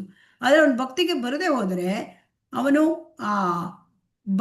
ಭಕ್ತಿಗೆ ಬರದೆ ಹೋದರೆ ಅದು ಏನೂ ಅಲ್ಲ ಅಂತ ಹೇಳ್ತಾರೆ. ಯಾವುದೇ ಗುಣ ಭಕ್ತಿಗೆ ಬರಲಿಲ್ಲ ಅಂತಂದರೆ ಅದು ಸಂಪೂರ್ಣವಾಗಿ ಸದ್ಗುಣ ಆಗೋದಿಲ್ಲ ಅವನಿಗೆ. ಯಾಕೆಂದರೆ ಭಕ್ತಿಗೆ ಬಂದಾಗ ಮಾತ್ರ ಸಂಪೂರ್ಣವಾಗಿ ಎಲ್ಲ ಸದ್ಗುಣಗಳು ಬರ್ತದೆ. ಸೊ ಹಾಗಾಗಿ ಇಲ್ಲಿ ಏನು ಹೇಳ್ತಾರೆ ಅಂತಂದರೆ, ಲೋಕದ ದೃಷ್ಟಿಯಲ್ಲಿ ಸದ್ಗುಣ ಸಂಪನ್ನರು ಇರಬಹುದು, ಆದರೆ ಅವರ ಸದ್ಗುಣಗಳು ಅವರನ್ನು ಭಕ್ತರನ್ನಾಗಿ ಮಾಡಲಿಕ್ಕೆ ಸಾಧ್ಯ ಇಲ್ಲ. ಅವರು ಭಕ್ತಿ ಸೇವೆ ಮಾಡಿದರೆ ಮಾತ್ರ ಅವರು ಭಕ್ತರಾಗಲಿಕ್ಕೆ ಸಾಧ್ಯ. ನಾನು ಸಸ್ಯಾಹಾರಿ ಆಗ್ತೇನೆ, ನಾನು ಅಹಿಂಸಾವಾದಿ ಆಗ್ತೇನೆ, ಆದರೆ ನಾನು ಭಕ್ತನಾಗಿ ಅದು ಹಾಗಿದ್ರೆ ಭಕ್ತಿ ಸೇವೆ ಮಾಡದೆ ಹೋದರೆ ಭಕ್ತರಾಗಲಿಕ್ಕೆ ಸಾಧ್ಯ ಇಲ್ಲ. ಸೊ ಹಾಗಾಗಿ ಭಕ್ತಿ ಸೇವೆ ಮಾಡಿದರೆ ಮಾತ್ರ ಭಕ್ತ ಆಗಲಿಕ್ಕೆ ಸಾಧ್ಯ. ಆದರೆ ನೋಡಿ, ಭಕ್ತನಾದವನು ಸಸ್ಯಾಹಾರಿ ಮತ್ತು ಅಹಿಂಸಾ ವ್ರತ ತನ್ನಿಂತಾನೇ ಅವನು ಮಾಡ್ತಾನೆ. ಯಾಕೆಂದರೆ ಅದು ಅವನಲ್ಲಿ ತನ್ನಿಂತಾನೇ ಮೂಡಿ ಬರುತ್ತದೆ ಭಕ್ತನಲ್ಲಿ. ಸೊ ಇದನ್ನು ಹಾಗಾಗಿ ಭಕ್ತಿ ಯಾವುದಕ್ಕೂ ಡಿಪೆಂಡ್ ಆಗಿಲ್ಲ. ಭಕ್ತಿ ಯಾವಾಗಲೂ ಕೂಡ ಅದು ಸ್ವತಂತ್ರವಾದದ್ದು. ಅದು ಸಸ್ಯಾಹಾರಿ ಅಥವಾ ಅಹಿಂಸಾವೃತ್ತಿ ಹಾಗೇ ಆಗಬೇಕು ಅಂತ ಇಲ್ಲ. ಅದಕ್ಕೆ ಭಕ್ತಿ ಕಾರಣವೂ ಅಲ್ಲ. ಭಕ್ತಿಗೆ ಏನು ಕಾರಣ? ಭಕ್ತಿಗೆ ಭಕ್ತಿ ಸೇವೆ ಮಾಡೋದೇ ಕಾರಣ. ಹರೇ ಕೃಷ್ಣ. ಹರೇ ಕೃಷ್ಣ ಮಾತಾಜಿ. ಈ ಸಂಬಂಧದಲ್ಲಿ ನಾರದ ಮುನಿಗಳು ಉಪದೇಶ ನೀಡಿ ಬೇಡನೊಬ್ಬನನ್ನು ಶ್ರೇಷ್ಠ ಭಕ್ತನಾಗಿ ಪರಿವರ್ತಿಸಿದ ವೃತ್ತಾಂತವೊಂದು ಸ್ಕಾಂದ ಪುರಾಣದಲ್ಲಿದೆ. ಆ ಬೇಡನು ಶ್ರೇಷ್ಠ ಭಕ್ತನಾದಾಗ ಒಂದು ಸಣ್ಣ ಇರುವೆಯನ್ನು ಕೂಡ ಕೊಲ್ಲಲು ಇಷ್ಟಪಡುತ್ತಿರಲಿಲ್ಲ. ಭಕ್ತಿ ಸೇವೆಯ ಕಾರಣ ಬೇಟೆಗಾರನಲ್ಲಾದ ಪರಿವರ್ತನೆ ನೋಡಿದ ನಾರದರ ಗೆಳೆಯ ಪರ್ವತ ಮುನಿಗಳು, ಪ್ರಿಯ ಬೇಡನೆ, ಒಂದು ಇರುವೆಯನ್ನು ಕೊಲ್ಲನೆಂಬ ನಿನ್ನ ದೃಢ ಮನಸ್ಸಿನ ನೃತವು ಆಶ್ಚರ್ಯವೇನು ಉಂಟು ಮಾಡದು. ಭಕ್ತಿಯ ಮನೋಭಾವವನ್ನು ಬೆಳೆಸಿಕೊಳ್ಳುವ ಯಾವುದೇ ವ್ಯಕ್ತಿಯಲ್ಲಿ ಸದಾ ಸದ್ಗುಣಗಳು ಪ್ರಕಾಶಿಸುತ್ತವೆ. ಭಕ್ತನು ಯಾರಿಗೂ ನೋವುಂಟು ಮಾಡನು ಎಂದು ಉದ್ಗರಿಸಿದನು. ಹರೇ ಕೃಷ್ಣ ಮಾತಾಜಿ. ಹರೇ ಕೃಷ್ಣ. ಇಲ್ಲಿ ಶ್ರೇಷ್ಠ ಭಕ್ತನಾದ ನಾರದ ಮುನಿ ಬೇಡನೊಬ್ಬನನ್ನು ಶ್ರೇಷ್ಠ ಭಕ್ತನಾಗಿ ಮಾಡಿರುವುದು ಇದರಲ್ಲಿ ಕತೆ ಇದೆ, ಅದನ್ನ ನಾವು ನೋಡೋಣ.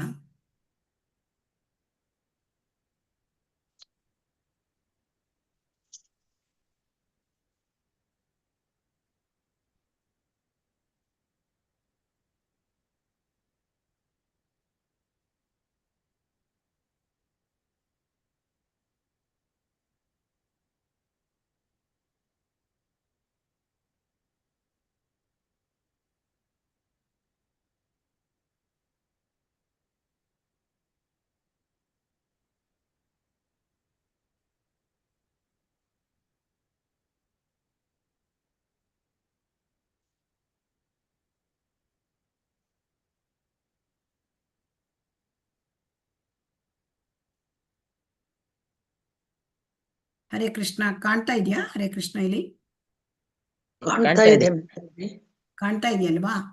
ಕಾಣ್ತಾ ಇದೆ. ಇಲ್ಲಿ ಒಬ್ಬ ಬೇಟೆಗಾರನನ್ನು ನೀವು ನೋಡ್ತಾ ಇದ್ದೀರಲ್ವಾ ಹರೇ ಕೃಷ್ಣ?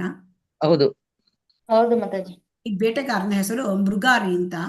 ಈ ಮೃಗಾರಿ ಅವನು ಏನ್ ಮಾಡ್ತಾ ಇದ್ದ ಅಂತಂದ್ರೆ ಎಲ್ಲ ಪ್ರಾಣಿಗಳನ್ನ ಅರೆಜೀವ ಮಾಡ್ತಾ ಇದ್ದ, ಬೇಟೆಯಾಡಿ ಅರೆಜೀವ ಮಾಡಿ ಅವು ತುಂಬಾ ಹೊತ್ತು ಅದು ತುಂಬಾ ಸಫರ್ ಆಗ್ತಾ ಇದ್ದಿದ್ರು. ಆಮೇಲೆ ಅವ್ರು ಹೋಗ್ತಾ ಇದ್ರು, ಪ್ರಾಣಿಗಳ ಜೀವ ಬಿಡ್ತಾ ಇದ್ರು ಆಮೇಲೆ. ಸೊ ಅಲ್ಲಿ ಅಂತ ವೃತ್ತಿ ಬೇಟೆಗಾರ ಇವನು, ಕ್ರೂರವಾದ ಬೇಟೆಗಾರ ಮೃಗಾರಿ ಅಂತ.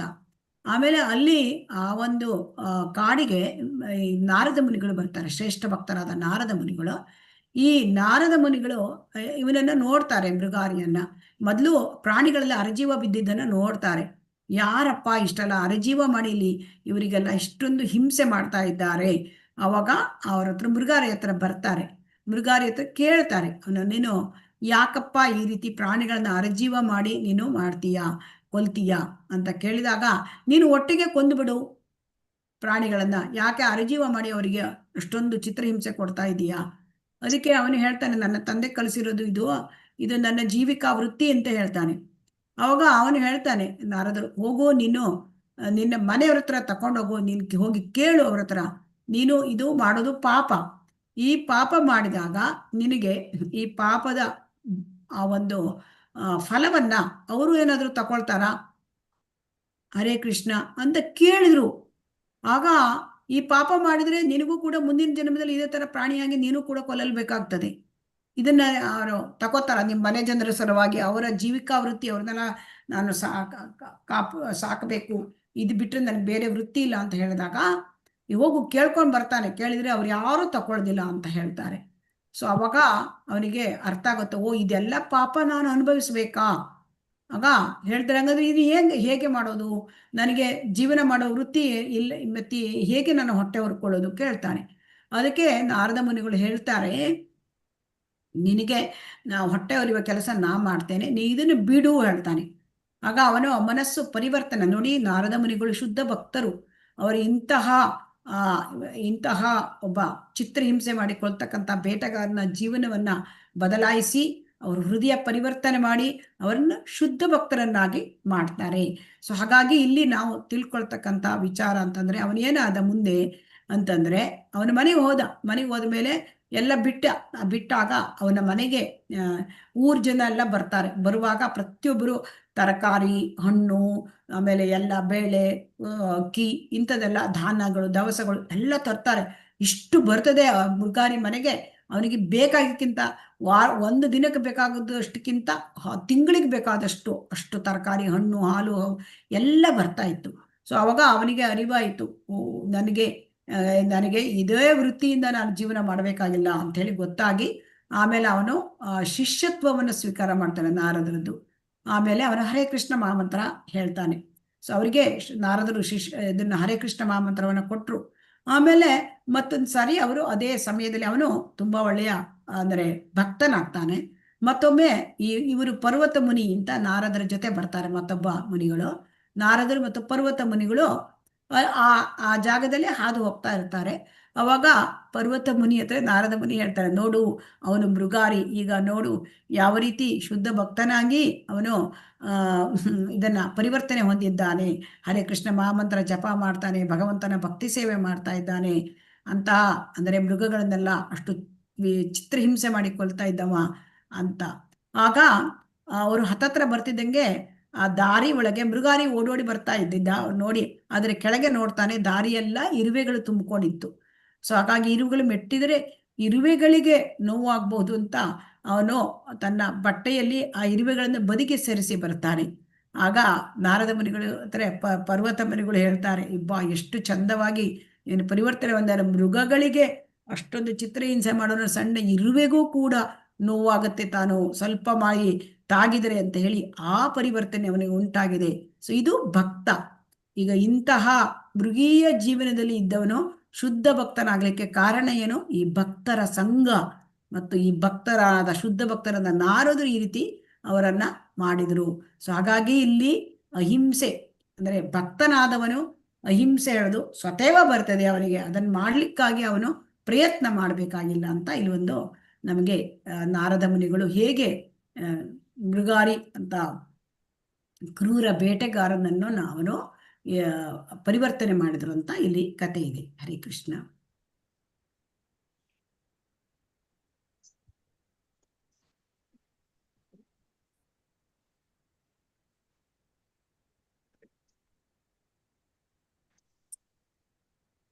ಕಾಣ್ತಾ ಉಂಟಾ ಹರೇ ಕೃಷ್ಣ? ಹಾ ಮಾತಾಜಿ ಕಾಣ್ತಿದ್ದೆ. ಕಾಣ್ತಾ ಇದೆ. ಭಕ್ತರು ಯಾರಿಗೂ ನೋವುಂಟು ಮಾಡೋದಿಲ್ಲ. ಅಂದ್ರೆ ಯಾವಾಗ ಮೃಗಾರಿ ಅವನು ಶುದ್ಧ ಭಕ್ತನಾದ ಆವಾಗ ಒಂದು ಇರುವಿಗೂ ಕೂಡ ಅವನು ನೋವು ಮಾಡಲಿಕ್ಕೆ ಇಷ್ಟಪಡಲಿಲ್ಲ.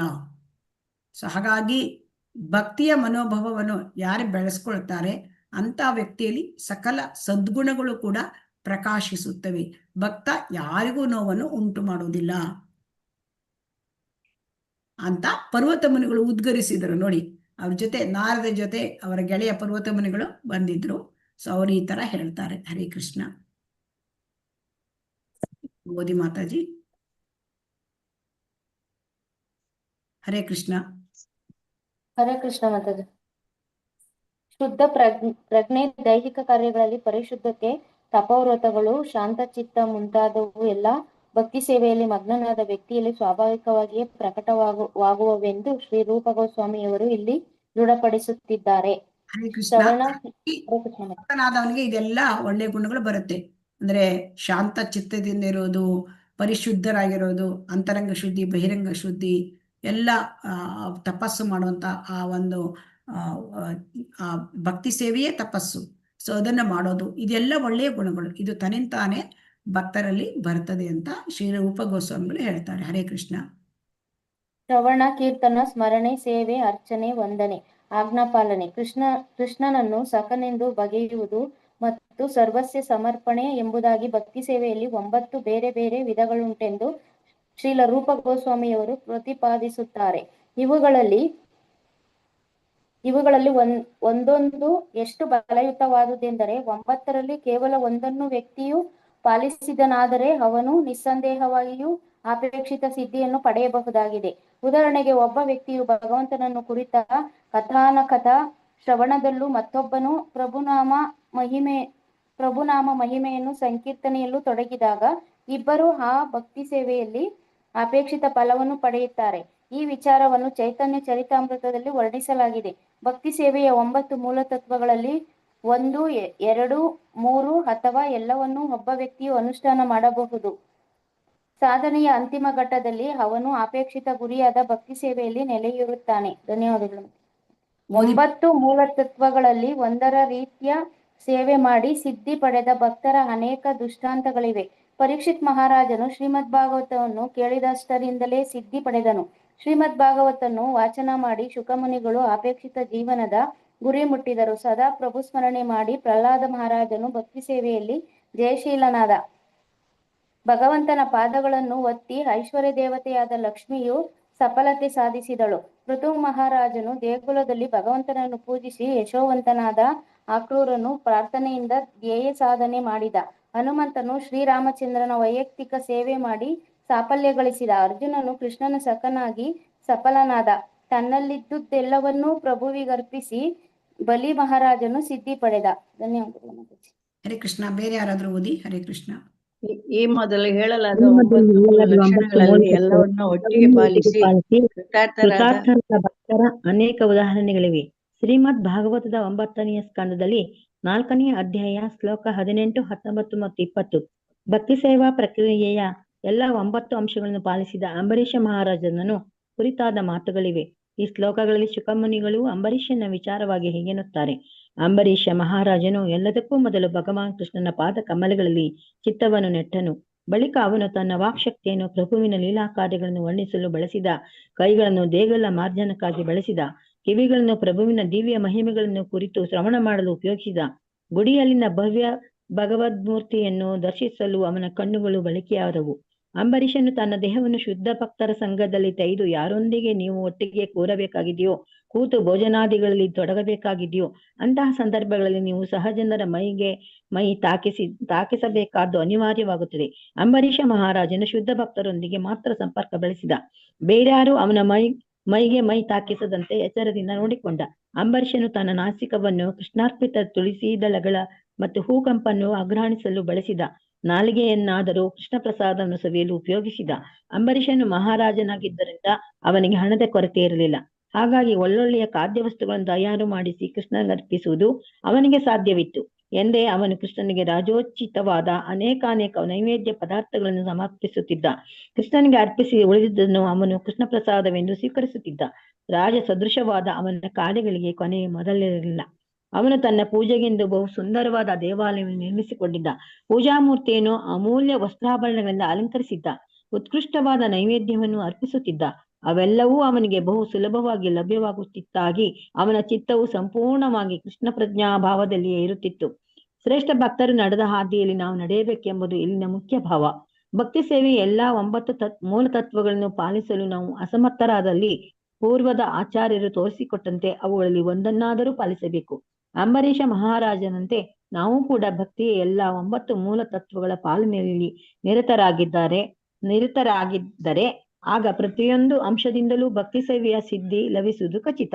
ಮೊದಲ ಸಲದ ಸಂಪೂರ್ಣ ತೊಡಗುವಿಕೆಯಿಂದಲೇ ವ್ಯಕ್ತಿಯು ಐಹಿಕ ಕಾಲುಷ್ಯಗಳಿಂದ ಸ್ವತೇವ ಮುಕ್ತನಾಗುತ್ತಾನೆ. ಆಗ ಮೋಕ್ಷವು ಭಕ್ತನ ದಾಸ್ಯದಲ್ಲಿರುತ್ತದೆ. ಈ ಅಂಶವನ್ನು ಬಿಲ್ವಮಂಗಲ ಠಾಕೂರರು ದೃಢಪಡಿಸುತ್ತಾರೆ. ವ್ಯಕ್ತಿಯು ಭಗವಂತನಲ್ಲಿ ಅಪ್ಪಟ ಭಕ್ತಿಯನ್ನು ಬೆಳೆಸಿಕೊಂಡರೆ ಮೋಕ್ಷವು ಆ ಭಕ್ತನನ್ನು ಸೇವಿಕೆಯಂತೆ ಹಿಂಬಾಲಿಸುತ್ತದೆ. ಭಕ್ತಿ ಸೇವೆಯ ನಿಯಂತ್ರಕ ತತ್ವಗಳ ಪಾಲನೆಯ ಪ್ರಭು ಸೇವೆಯು ವೈಭವಪೂರಿತ ಮಾರ್ಗವೆಂದು ಕೆಲವು ಸಲ ವರ್ಣಿಸಲಾಗುತ್ತದೆ ಎಂಬ ಮಾತನ್ನು ಶ್ರೀಲ ರೂಪ ಗೋಸ್ವಾಮಿಯವರು ಇಲ್ಲಿ ಹೇಳುತ್ತಾರೆ. ಹರೇ ಕೃಷ್ಣ ಮಾತಾಜಿ. ಧನ್ಯವಾದಗಳು. ಕೃಷ್ಣ.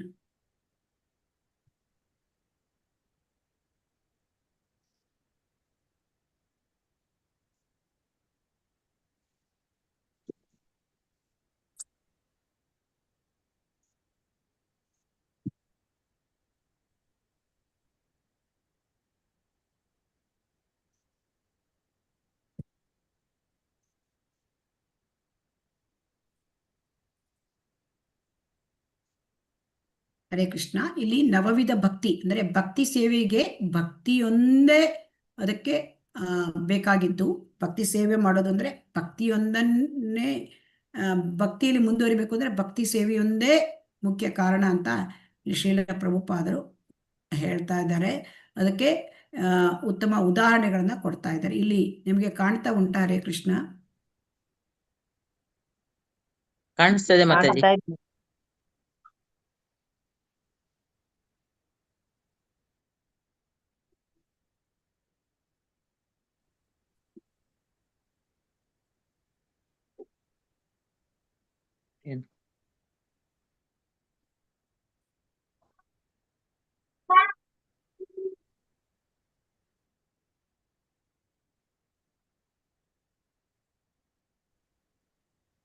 ಕಾಣ್ತಾ ಉಂಟಾ ಹರೇ ಕೃಷ್ಣ?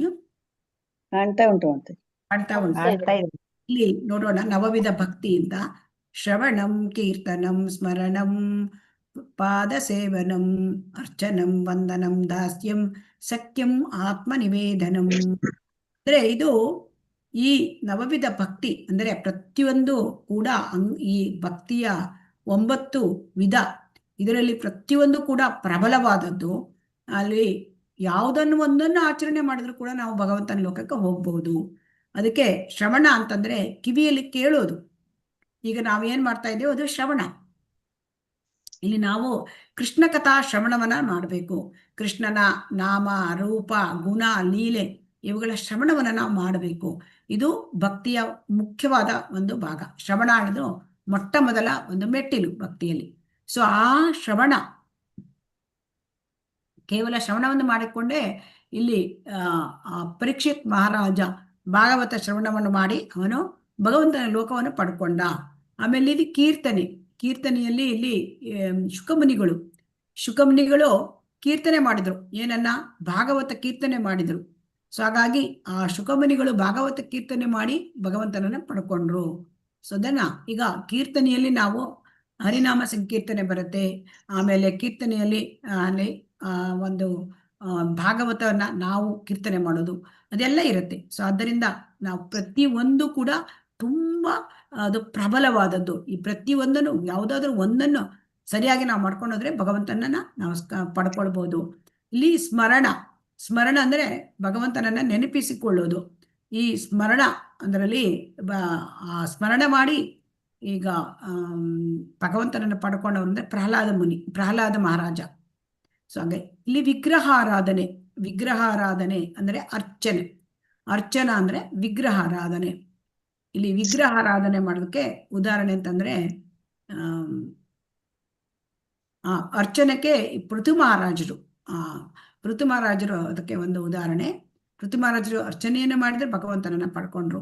ಆಮೇಲೆ ವಂದನ, ನಮಸ್ಕಾರ ಮಾಡೋದು ಅದರಲ್ಲಿ ನಮಸ್ಕಾರಕ್ಕೆ ಅಕ್ರೂರನ ಹರೇ ಕೃಷ್ಣ.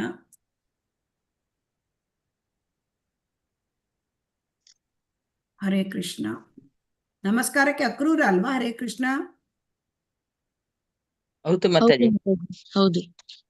ಹಾ, ಹರೇ ಕೃಷ್ಣ ಮಾತಾಜಿ. ಪಾದ ಸೇವನ. ಹರೇ ಕೃಷ್ಣ. ಇದು ಪಾದಸೇವನ ಲಕ್ಷ್ಮಿ ಮಾತಾಜಿ ಮಾಡ್ತೀವಲ್ಲ ಮಾತಾಜಿ, ಮನೆ ಒಳಗೆ ಇಟ್ಟು ಮಾಡ್ಬಾರ್ದ ಮಾತಾಜಿ? ಒಂದು ನಿಮಿಷ. ಪಾದ ಸೇವನ ಅರ್ಚನಾ ಹೇಳಿದೆ, ಅದಕ್ಕಿಂತ ಮುಂಚೆ ಪಾದ ಸೇವನ ಲಕ್ಷ್ಮಿ. ನಾನೇನು ಪಾದ ಸೇವನಕ್ಕೆ ಬಂದಿಲ್ಲ ಮಾತಾಜಿ. ಹರೇ ಕೃಷ್ಣ. ಇಲ್ಲಿ ಅರ್ಚನದ ಬಗ್ಗೆ ನಾನು ಇಲ್ಲಿಂದ ಹೀಗೆ ಇದಾದೆ. ಸ್ಮರಣ ಆದ್ಮೇಲೆ ಪಾದ ಸೇವನ ಇತ್ತು. ಪಾದ ಸೇವನೆಗೆ ಲಕ್ಷ್ಮಿ. ಸೊ ಲಕ್ಷ್ಮೀ ದೇವಿ ಸದಾ ಭಗವಂತನ ಆ ವಿಷ್ಣುವಿನ ಪಾದವನ್ನ ಒತ್ತುತ್ತಾ ಇರ್ತಾಳೆ. ಸೊ ಅದಕ್ಕೆ ಪಾದ ಸೇವನ ಮಾಡಿ ಲಕ್ಷ್ಮೀ ದೇವತೆ ಸಫಲತೆಯನ್ನು ಪಡೆದಳು. ಅರ್ಚನದಲ್ಲಿ ಅರ್ಚನಾ ಮಾಡಿ ಪೃಥು ಮಹಾರಾಜ ದೇಗುಲದಲ್ಲಿ ಭಗವಂತನನ್ನು ಪೂಜಿಸಿ ಅವನು ಯಶೋವಂತನಾದ. ಆಮೇಲೆ ಇಲ್ಲಿ ವಂದನ ಅಂತಂದ್ರೆ ನಮಸ್ಕಾರ ಮಾಡೋದು. ಇಲ್ಲಿ ವಂದನ ಅಂದ್ರೆ ಇಲ್ಲಿ ವಂದನಕ್ಕೆ ಪ್ರಾರ್ಥನೆಯೂ ಬರ್ತದೆ. ಅಕ್ರೂರನು ಪ್ರಾರ್ಥನೆಯನ್ನು ಮಾಡಿ ತನ್ನ ಒಂದು ಭಕ್ತಿಯ ಪರಾಕಾಷ್ಠೆಯನ್ನು ಮುಟ್ಟಿದ. ಆಮೇಲೆ ಇಲ್ಲಿ ದಾಸ್ಯದಲ್ಲಿ ಸೇವೆ ಮಾಡುವುದು. ಆಗ ಹನುಮಂತ ಹರೇ ಕೃಷ್ಣ ದಾಸ್ಯವನ್ನು ಮಾಡಿ ಭಗವಂತನನ್ನ ವೈಯಕ್ತಿಕವಾಗಿ ಭಗವಂತನ ಒಂದು ಸಾಫಲ್ಯತೆಯನ್ನು ಅವನು ಪಡೆದಿದ್ದಾನೆ. ಸಖ್ಯಕ್ಕೆ ಇಲ್ಲಿ ಅರ್ಜುನನ ಉದಾಹರಣೆ. ಈಗ ಅರ್ಜುನ ಹೇಗೆ ಕೃಷ್ಣನ ಸಖನಾಗಿ ಸಫಲನಾದ. ಮತ್ತೆ ಇಲ್ಲಿ ಬಲಿ ಮಹಾರಾಜ ಅದು ಆತ್ಮನಿವೇದನಕ್ಕೆ ಬಲಿ ಮಹಾರಾಜ ಏನ್ ಮಾಡಿದ? ತನ್ನೆಲ್ಲವನ್ನೂ ಕೂಡ ಸಮರ್ಪಣೆ ಮಾಡಿದ. ಇಲ್ಲಿ ಆತ್ಮನಿವೇದನೆಗೆ 2 ಉದಾಹರಣೆಗಳಿದೆ. ಒಂದು ಬಲಿ ಮಹಾರಾಜ ಇದ್ದಾನೆ, ಮತ್ತೆ ಸರ್ವ ಸಮರ್ಪಣಾ ಭಾವ. ಸೊ ಮತ್ತೆ ಇಲ್ಲಿ ಅಂಬರೀಷ ಮಹಾರಾಜನ ಒಂದು ಉದಾಹರಣೆಯನ್ನು ಕೂಡ ನಾವು ನೋಡ್ತಾ ಇದ್ದೇವೆ. ಇಲ್ಲಿ ಅಂಬರೀಷ ಮಹಾರಾಜನ ಬಗ್ಗೆ ನೋಡೋಣ.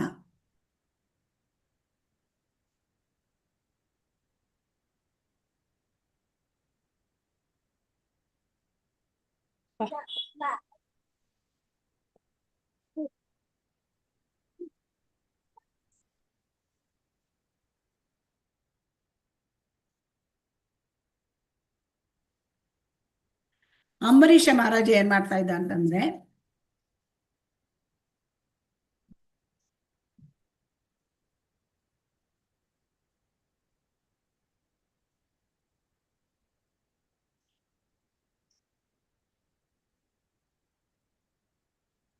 ಕಾಣ್ತಾ ಇದೆಯಾ? ಹರೇ ಕೃಷ್ಣ. ಇಲ್ಲ ಮಾತಾಜಿ, ನೀವು ಕಾಣ್ತೀರಿ. ಕಾಣ್ತಾ ಇಲ್ವಾ? ಹರೇ ಕೃಷ್ಣ. ಸಮಯ ಆಗ್ತಾ ಇದೆ ಅಂತ ನನಗೆ ಸಮಯದ ಅಭಾವ. ಹರೇ ಕೃಷ್ಣ. ನವವಿಧ ಭಕ್ತಿಯನ್ನು ಅವನು ಮಾಡಿದ. ಅದು ಹೇಗೆ ಕೇಳಿದರೆ ಅವನು ಅದನ್ನ ತೋರಿಸೋಣ ಅಂತ ನೋಡ್ತಾ ಇದ್ದೀನಿ.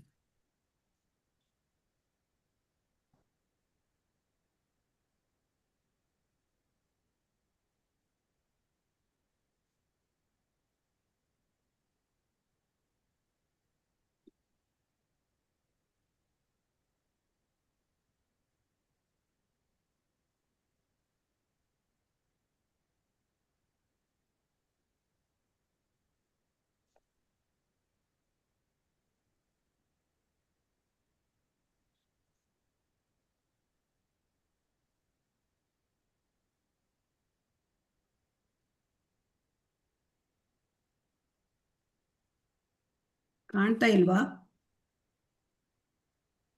ಇಲ್ಲ ಮಾತಾಜಿ, ಏನು ಕಾಣ್ತಾ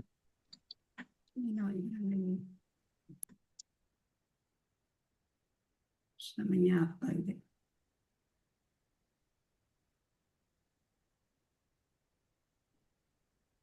ನನಗೆ ಸಮಯ ಆಗ್ತಾ ಇದೆ, ಕಾಣಿಸ್ಲಿಕ್ಕೆ ತೊಂದರೆ ಆಗ್ತಾ ಇದೆ.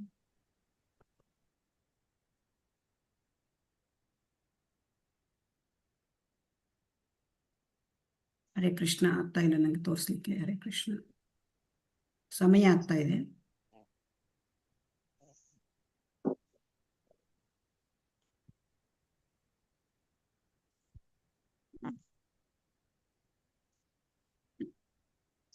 ಹರೇ ಕೃಷ್ಣ.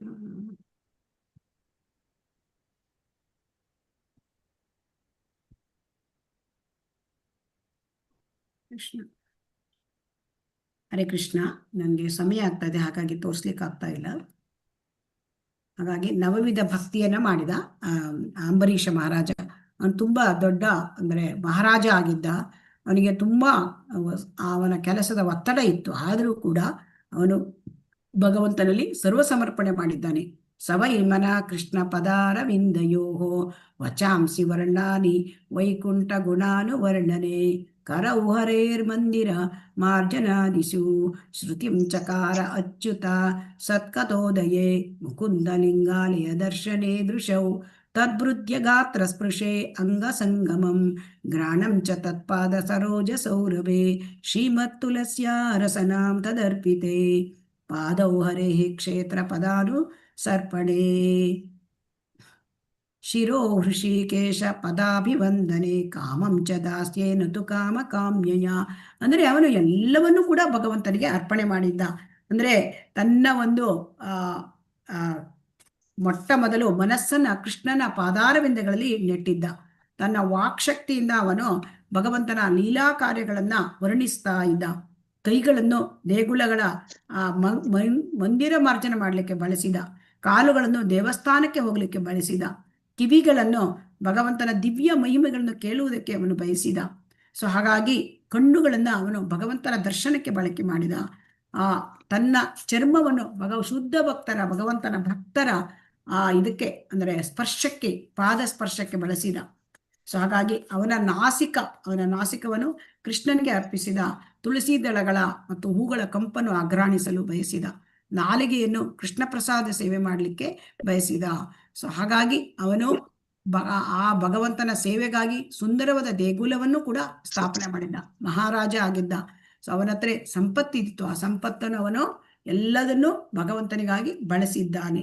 ಸೊ ಹಾಗಾಗಿ ಇಲ್ಲಿ ನಾವು ಅವನು ಸರ್ವ ಒಂದು ತನ್ನ ಎಲ್ಲ ನವವಿಧ ಭಕ್ತಿಯನ್ನು ಕೂಡ ಅವನು ಮಾಡಿದ್ದಾನೆ. ಮಹಾರಾಜನಾಗಿ ಅದನ್ನ ಮಾಡಿದ್ದಾನೆ. ಅಂಬರೀಷ್ ಮಹಾರಾಜನ ಬಗ್ಗೆ ತುಂಬಾ ಹೇಳಲಿಕ್ಕುಂಟು, ಆದರೆ ಇಲ್ಲಿ ಸಮಯದ ಅಭಾವ ಇದೆ. ಸೊ ಹಾಗಾಗಿ ಆ ರೀತಿಯಾಗಿ ನವವಿಧ ಭಕ್ತಿಯನ್ನು ಅವನು ಮಾಡಿದ.